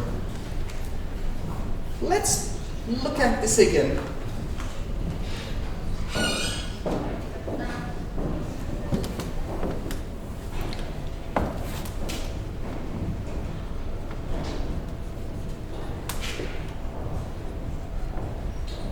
Pnx and which I'm going to write as p0 plus p1x plus the rest. X to the power of 2qx is an analytic point. q0 plus q1x plus the rest. Okay. For simplicity, we are just going to assume that the point x0 is equal to 0. So when we are talking about this regular singular points here, we mean x equal to 0. Okay? If we are going to talk about some other points, for instance 1, 2, 5, whatsoever, any point A, which is going to be our regular singular point, just use this change of variable, capital X equal to x minus A, in order to shift everything to the origin. So again, 0 is going to be our regular singular point.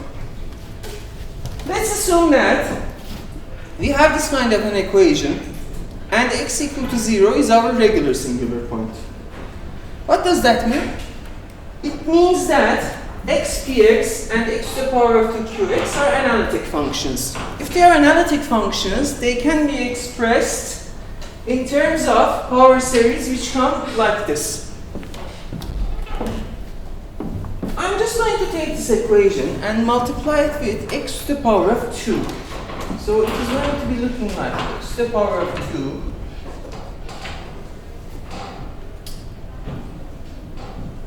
y double prime plus px y prime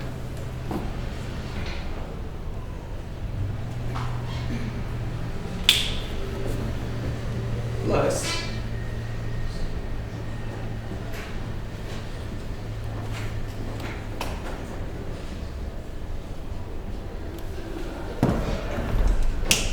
look at this.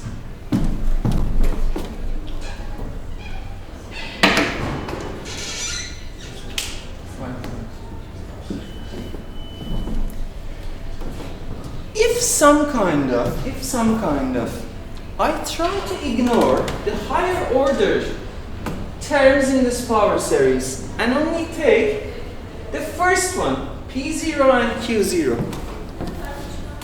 What is this going to be looking like? X to the power of 2, y double prime, plus x times P0. So this is going to look like x to the power of 2, y double prime, plus x P0 y prime plus Q0 y equal to 0. Is this a familiar equation or not? x to the power of 2y double prime plus p0 xy prime plus q0y equal to 0. This is Euler-Cauchy's equation, right? This is actually the key insight that we are having in order to find the solutions of this kind of equations. In Euler-Cauchy's equation, what was the solutions looking like? X to the power of this m or x to the power of r or whatsoever, right?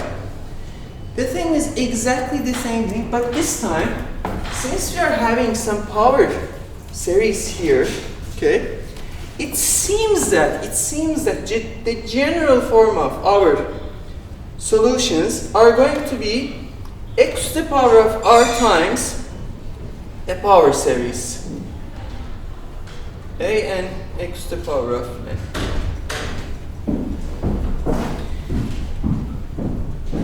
Actually, this is true. And I think either it is Frobenius or Fuchs's again.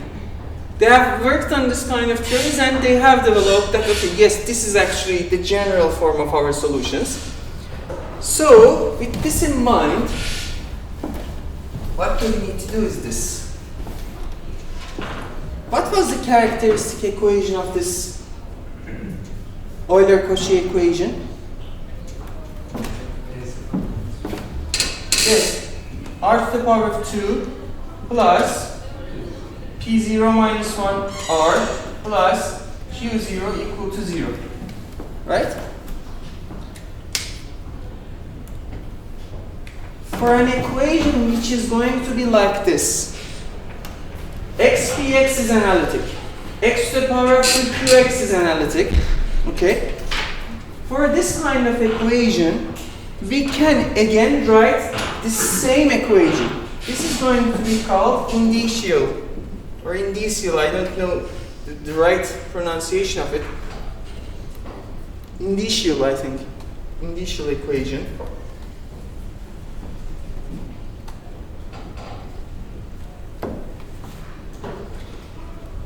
You see, when we were calculating those limits, we were talking about that P0 and Q0, right? This P0 and Q0 are exactly those two things that are coming from that limits.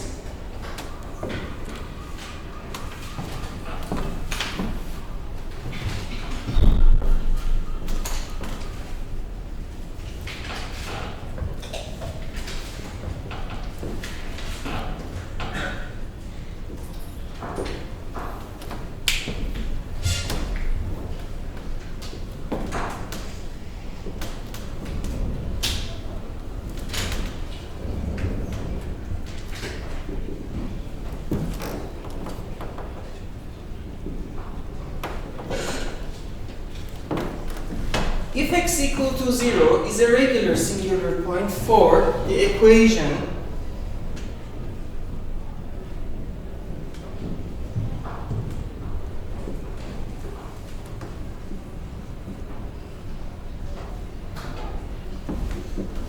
plus x to the power of 2 2x y equal to 0,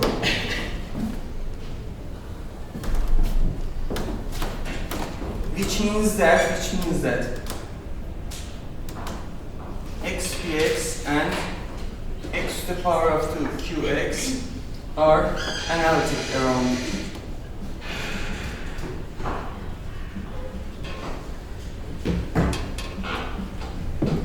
Or we can say that at x equal to 0,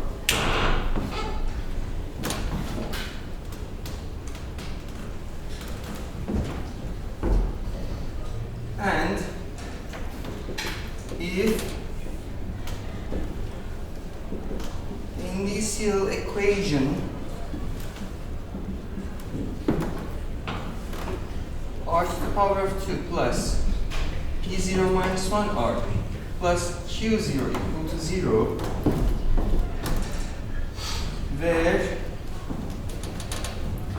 p0 is equal to limit of x going to 0 of xpx, q0 is equal to limit of x tending to 0 of x to the power of 2qx.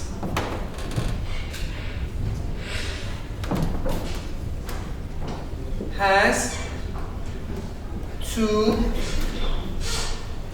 real roots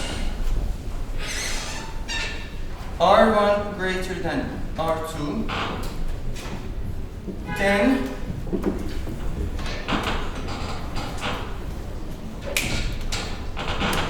when we are trying to solve a second order differential equation around the regular singular point, we need to form up this initial equation and try to find its roots. The bigger root, we normally show it with R1, the smaller one with R2. If they are going to be complex numbers, then we have nothing to say about them. You just pass on. But if we have real roots that are coming like this, then the following cases come. What is the following cases? The following cases is like this.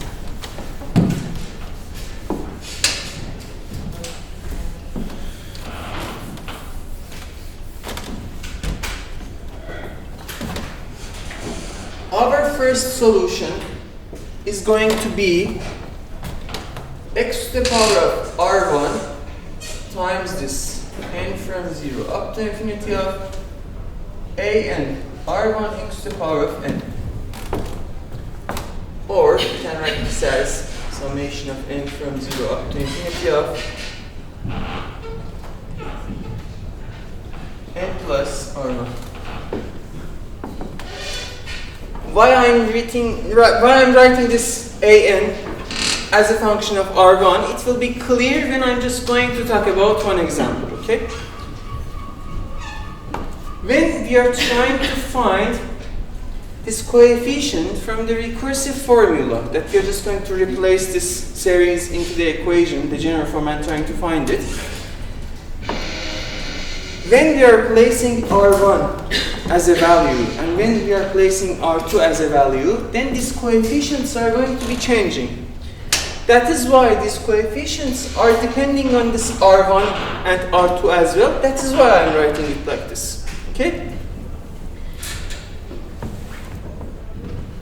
Is this giving me anything about this ANs? No, it is giving me nothing. It is just giving me a general form of my solution. So I'm just going to take this and plug it into the equation and try to find out what's happening. Also, we need to also talk about this radius of convergence. If this P of x and Q of x are having radius of convergence of R, then these solutions are going to have at least that radius, okay? But since there is a problem at the point x equal to 0, we need to divide it into the positive part for x positive and x negative. Here I'm only talking about when the case x is equal to some positive number, okay? Otherwise I need to introduce absolute values or make a change of variable in order to turn everything, but let's keep it simpler.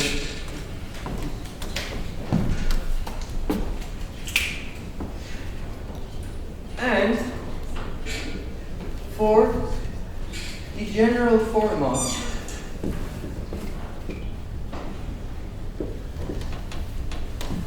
second solution,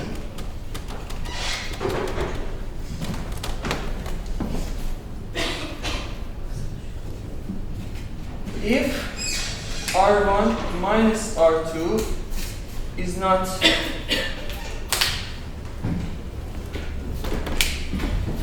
by n0, I mean actually the set of natural numbers together with 0, okay?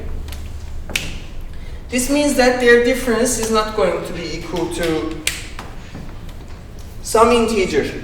And since I have already taken R1 greater than equal to R2, so it is going to be a positive number. What I'm asking is that we are going to look at the difference of these two numbers, R1 and R2. If this is not a natural number, then the second solution, y2, have this form. x to the power of r2 n from 0 up to infinity of a n of r2 x to the power of n.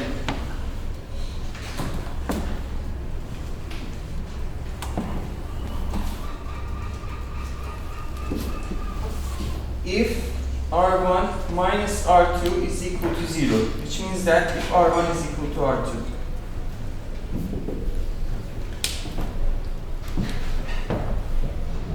In Euler's equation, when we had some repeated root, do you remember what was happening? For finding the second independent solution, we were using one solution in order to find out another solution, or the reduction of order. And that v of x that were appearing was what? ln of x, right? This is also similar to that. So the general form of the second solution is going to be y1 times ln of x plus x to the power of r2 and starting from 1 up to infinity of bn r2 x to the power of n.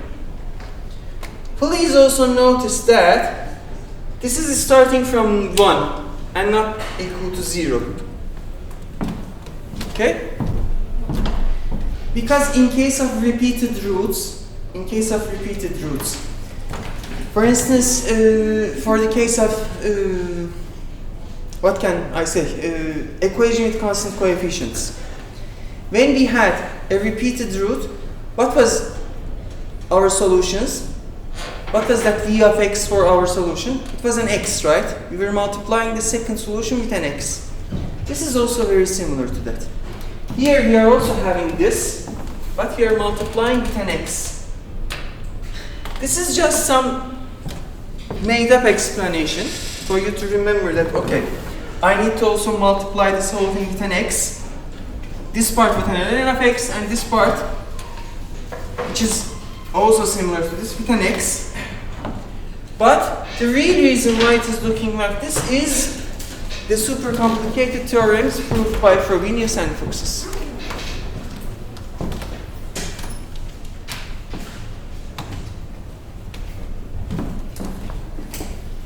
What happens if r1 minus r2 is actually a natural number?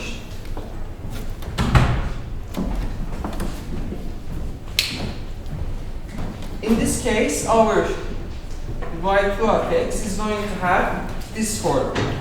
Alpha times y1 of x ln of x plus x to the power of r2 n from 0 up to infinity of cn r2 x to the power of n. What is the meaning of this?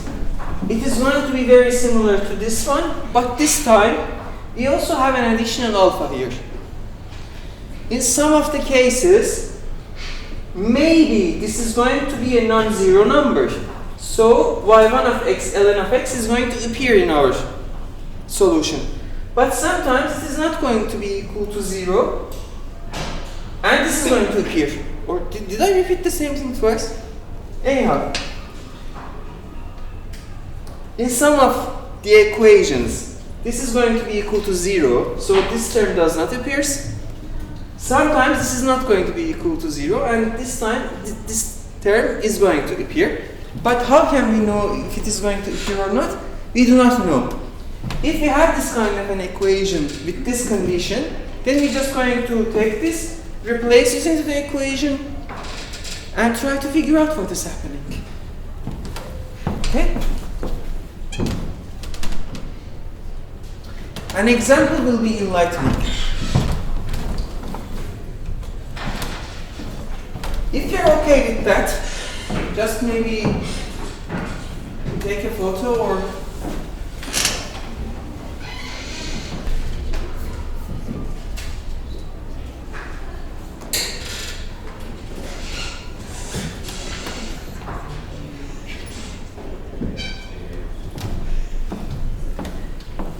Okay, how can we solve this differential equation?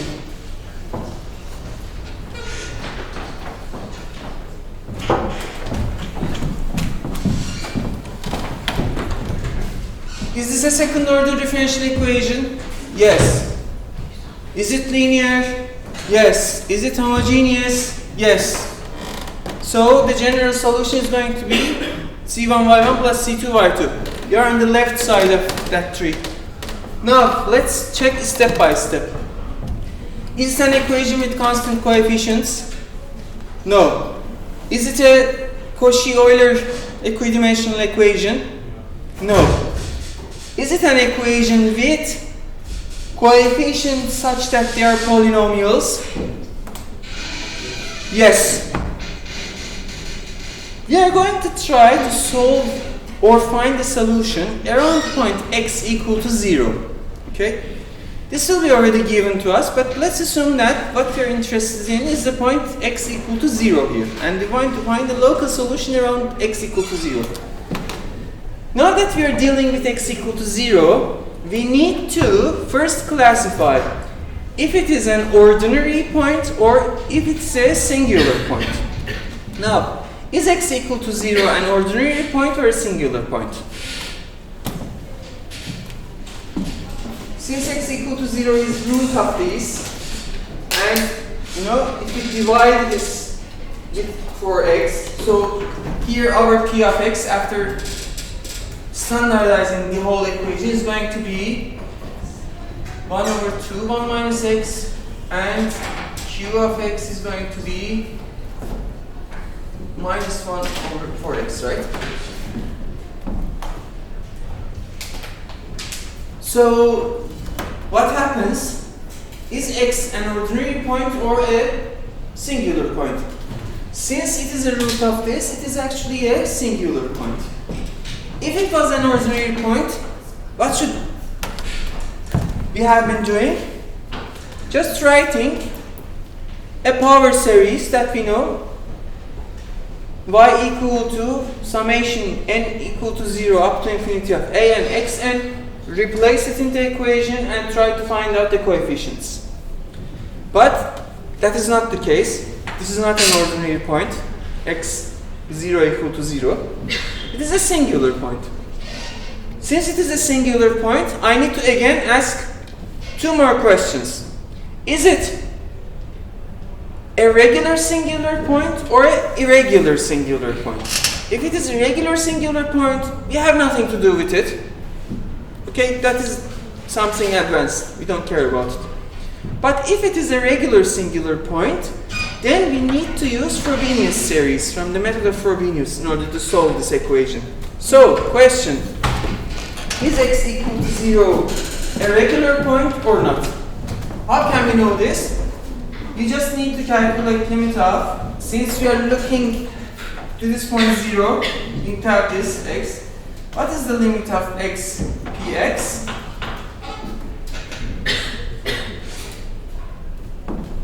X times this and take the limit. It is going to be 0. We call it p0. What about limit of x to the power of 2 qx when x is going to the 0? This is going to be again, if you multiply x to the power of 2 with this is going to be minus x divided by 4, and then x is equal to 0. This is again going to be 0. So this is going to be 0. Okay? Good. Now that this limit exists and this limit exists, what do we have? We need to then look for the initial equation and try to find out what is our R1 and R2. Because based on that, we are going to use one of these types of solutions, right? What should I write? R to the power of 2 plus P0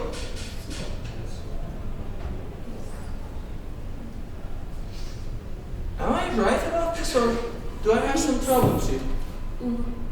Yes, we have some problem here. This is, I have forgotten some x here. right? Sorry about it. This is 2, 1 minus x divided by 4x. Okay? And then I'm multiplying by x. This is going to be cancelled out, and this is going to be 1 over 2. Sorry. Yesterday we have solved this, and I remember some 1 over 2 here. That's why. So what will happen? I need to write P0 minus 1 times R, 1 over 2 minus 1, it is minus 1 over 2, plus Q0, which is equal to 0. So what is my roots from here? If I take a factor out of R, then I have 1 over 2 as one solution and 0 as another solution, right? Which one of them are the highest one? I call it R1. Which one is the smallest one? I call it R2.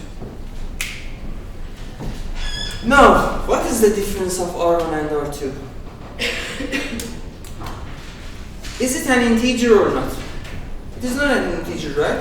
Since it is not an integer, my first solution, y1, is in the terms of x to the power of R1, that series, and my second solution is again x to the power of R2, the same series. Okay? But what I'm going to do, instead of replacing this and saying that, okay, our y1 is going to be x to the power of 1 over 2, and a and x to the power of n, and y2 equal to x to the power of 0 in from 0 up to infinity of a and xn. And trying to find this an's, okay, the coefficients for this one and this one separately. I'm just going to do something a little bit general in order to also show you that when you also do this initial equation that we are trying to use and formulate, it is also going to automatically pop up from these replacements. So, these replacements and finding an's, I'm leaving it to you as an exercise. What I'm going to do is this. I'm just going to assume that since I know that it is a regular singular point, I know that the general form of my equation is going to be like this. Y equal to x to the power of r from 0 to infinity of a and xn, which I can write it as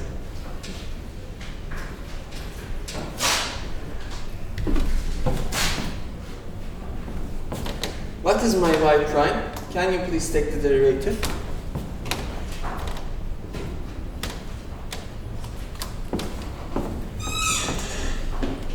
Some of you are playing with your phones. Please come away.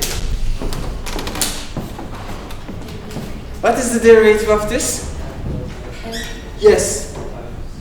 N plus y, a n x to the power n plus r minus 1. What is our second derivative?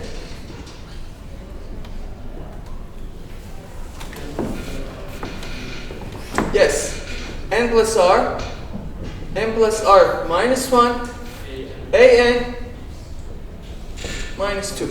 Okay? Let's replace everything here. What is going to happen?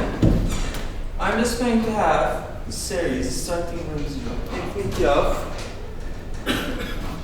4 n plus r minus 1 an x to the power of n plus r minus 1, right? Because of this x. I have here 2 times y prime minus x times y prime. Let's write them separately. So this is going to be plus 0 up to infinity of 2 times y prime is this n plus r a n x to to the power of n plus r minus 1.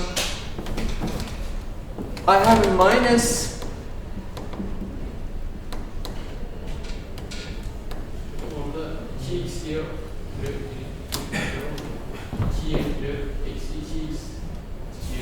yes, definitely, thanks. Minus 2x. So I need to also multiply it to here. So it is going to be 2 times n plus r a n x to the power of this multiplied with an x, it is going to be n plus r. Right? Minus over y, which is going to be n from 0 up to infinity of a n x to the power of n plus r, and we need this to be equal to the right hand side, which is equal to 0. Okay, what do we need to do again? First we need to have the exponent to be the same thing. Also the indexes to start from the same thing. What are the things that are making problems for us? This one and this one, right? Let's increase them. So this is going to be n from minus 1 up to infinity of 4 n plus r minus 1, not minus 1, plus 1, right? I'm increasing. Since I'm decreasing this, and I'm also increasing these, so instead of n, I'm just going to write n plus 1, so this is going to be n plus r plus 1, n plus r, a n plus 1, x to the power of n plus r. And this is going to be, again, starting from minus 1, n plus r plus 1, a n plus 1 x to the power of n plus r, and the rest. Now, these two series are starting from minus 1. What should I do? I just need to replace n equal to minus 1 in one term, okay? Get them out so that these two are also starting from n equal to 0. What will happen then? If we replace n equal to minus 1 here, what is this going to be? 4 times r minus 1 times a0 times x to the power of r minus 1. From here, if you replace n equal to minus 1, what will happen? 2r a0 x to the power of r minus 1. Now that we have used that, they are all going to start from n equal to 0.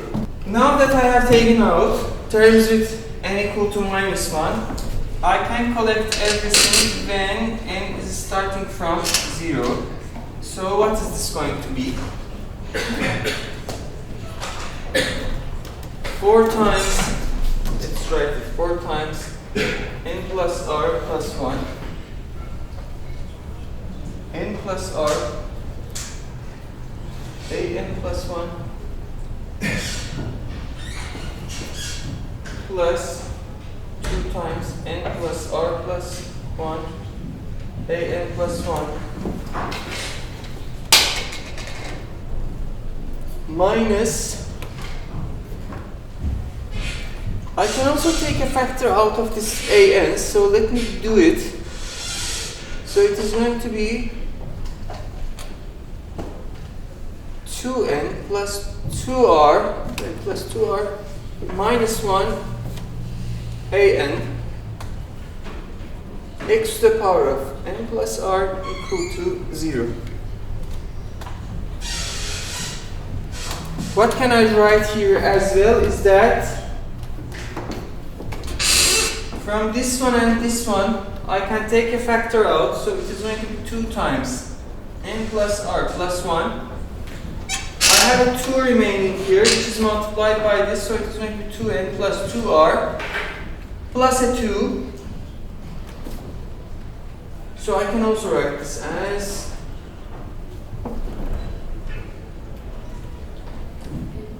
am I doing something wrong or? Yes, I'm taking this out.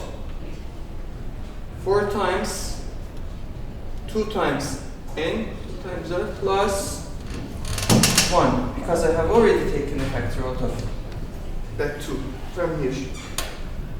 Okay? n plus 1.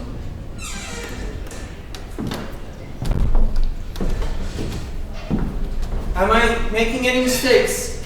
You can see it in a wider perspective, so if it is the case, please let me know. So I'm just going to replace this with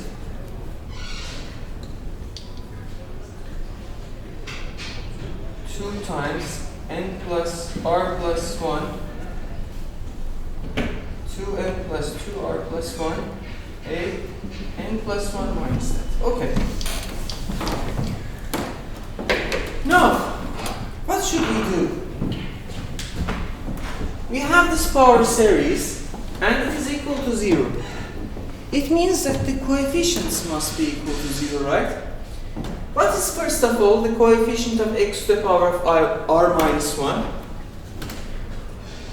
It is 4 times r to the power of 2 minus 4r plus 2r multiplied by this a0. This must be equal to 0, right? But look at this.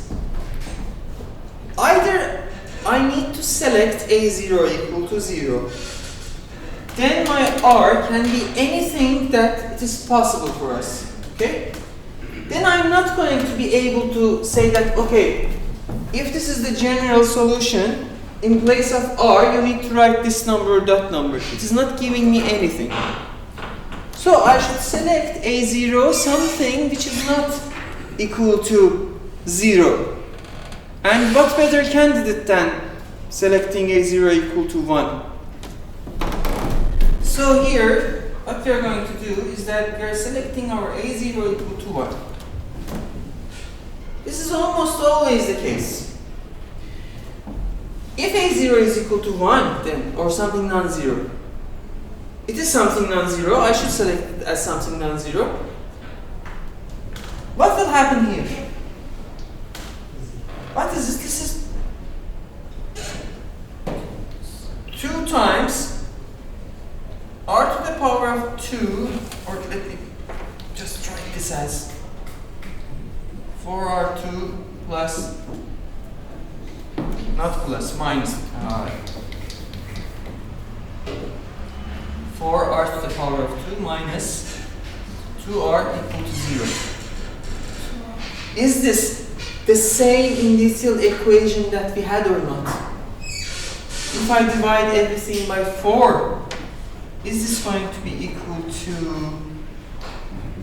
this or not? And is this the initial equation that we had at the beginning in order to decide what is our R1 and R2? You see, in the general procedure, it is also possible to find out this. And from here, we know that what is our R1 and what is our R2.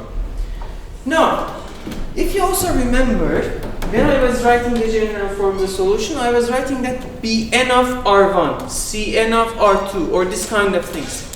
Why?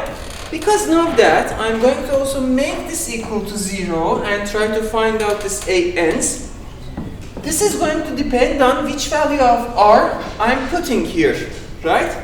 That is why these coefficients are functions of this R1 and R2. That is why we are writing that inside of that equation as well. Okay?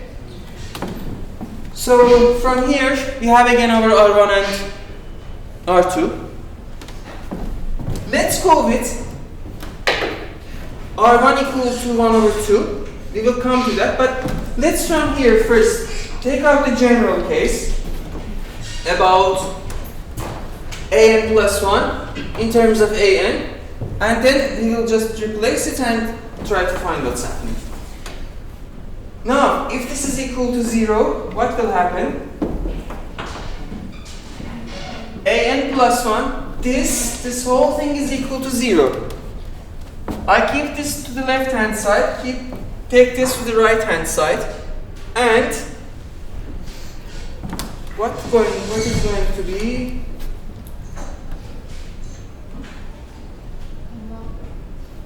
I also have another mistake that you should have pointed me out. I have a minus here and a minus here. Okay, I'm taking a factor out of that minus, but still I have written this as a minus. So let me also correct that. Sorry about the small mistakes that I'm making. What is happening right now is this. This is going to be 2n plus 2r plus 1 2 times n plus r plus 1 divided by 2n plus 2r plus 1 an. These two are going to cancel each other, and what you are going to get is that an divided by 2 times n plus r plus 1. Is it correct or good? Now that I have this, and I have my r1 equal to 1 over 2 and r2 equal to 0, let me just clean to have some space.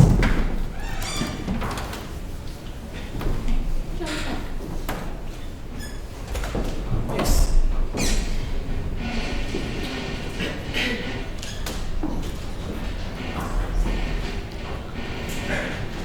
My a0 is 1. When n is equal to 1, what is happening? When n is equal to 0, I have a1. a1 is equal to, or let me write the general case so we can be.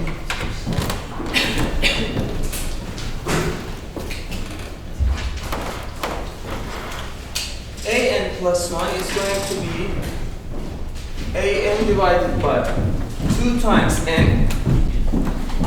This is 1 divided by 2 plus 1, which is going to be 3 divided by 2. With this 2 multiplied, it is going to be 3. So what is our a1?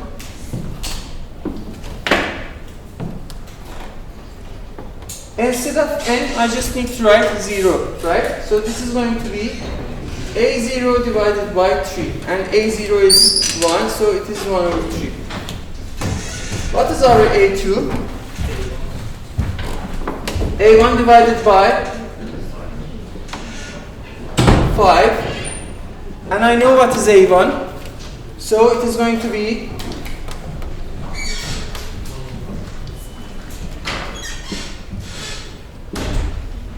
what is our r3? a2 over 7, which is going to be 7, 5, 3, and the rest of things. So, what is our first solution, y1 of x? This is going to be x to the power of r1, which is going to be 1 over 2. Okay. a0, which is 1, plus a1x, which is 1 over 3x, plus a2x to the power of 2, 5.3x2, plus a3x3, 753x3, plus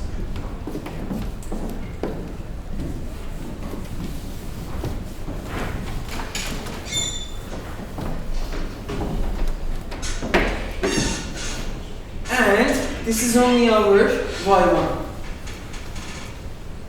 What should we do about finding y2? Again, we are just going to use this, not this, actually we need to write y2 equal to 0. Our an plus 1 is going to be, what is an divided by 2 times n plus r plus 1. We had it right.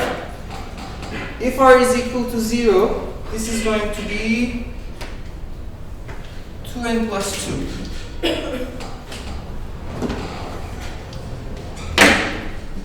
And from here you can find out what is y2, and it is going to be x to the power of 0 times these series that we are calculating. Okay? Just one more thing. I have a series here, right? Is this series only defined around the point x equal to 0 or not? Because if it is only defined around at the point x equal to 0,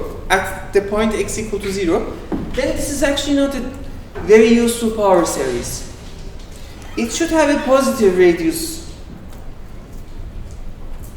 of convergence, right? So I can say that around this point I am being able to find out what's happening. How can I find the radius of convergence of this series? Again, D'Alembert's ratio test, right? And this is going to come from here. Our radius is the inverse of this radius is going to be equal to n plus 1 divided by an. Why? Because, if you write this and say that the ratio of the consecutive terms are going to be less than 1, then you will see that because of that, this is 1 over r. It is coming from over there, but anyhow. What is this limit equal to?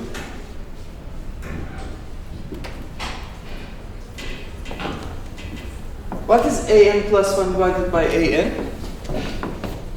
1 divided by 2n plus 3. And what is this limit equal to? If 1 over r is equal to 0, then our r is actually, which means that the radius is equal to an infinity. Which means that this series, we were trying to find a series solution around x equal to 0. We have found 1. Also, what has happened is that the ratio of this is the whole r. We can make this series convergent, it is a convergent series for all of the real numbers. So this is defined in all of the r. Okay? But the problem is that again here, since this 1 over 2 is the square root of x, for negative values this is going to be a complex one. So actually this is defined for the cases when our x is a positive number. We can also have this change of variable, try to find it for minuses, but don't worry about this one. Okay? Anyhow, I will give you more examples about 2 other cases, but in problem solving sessions we will deal with them. What I'm going to ask you is also that there are some equations that have some special names.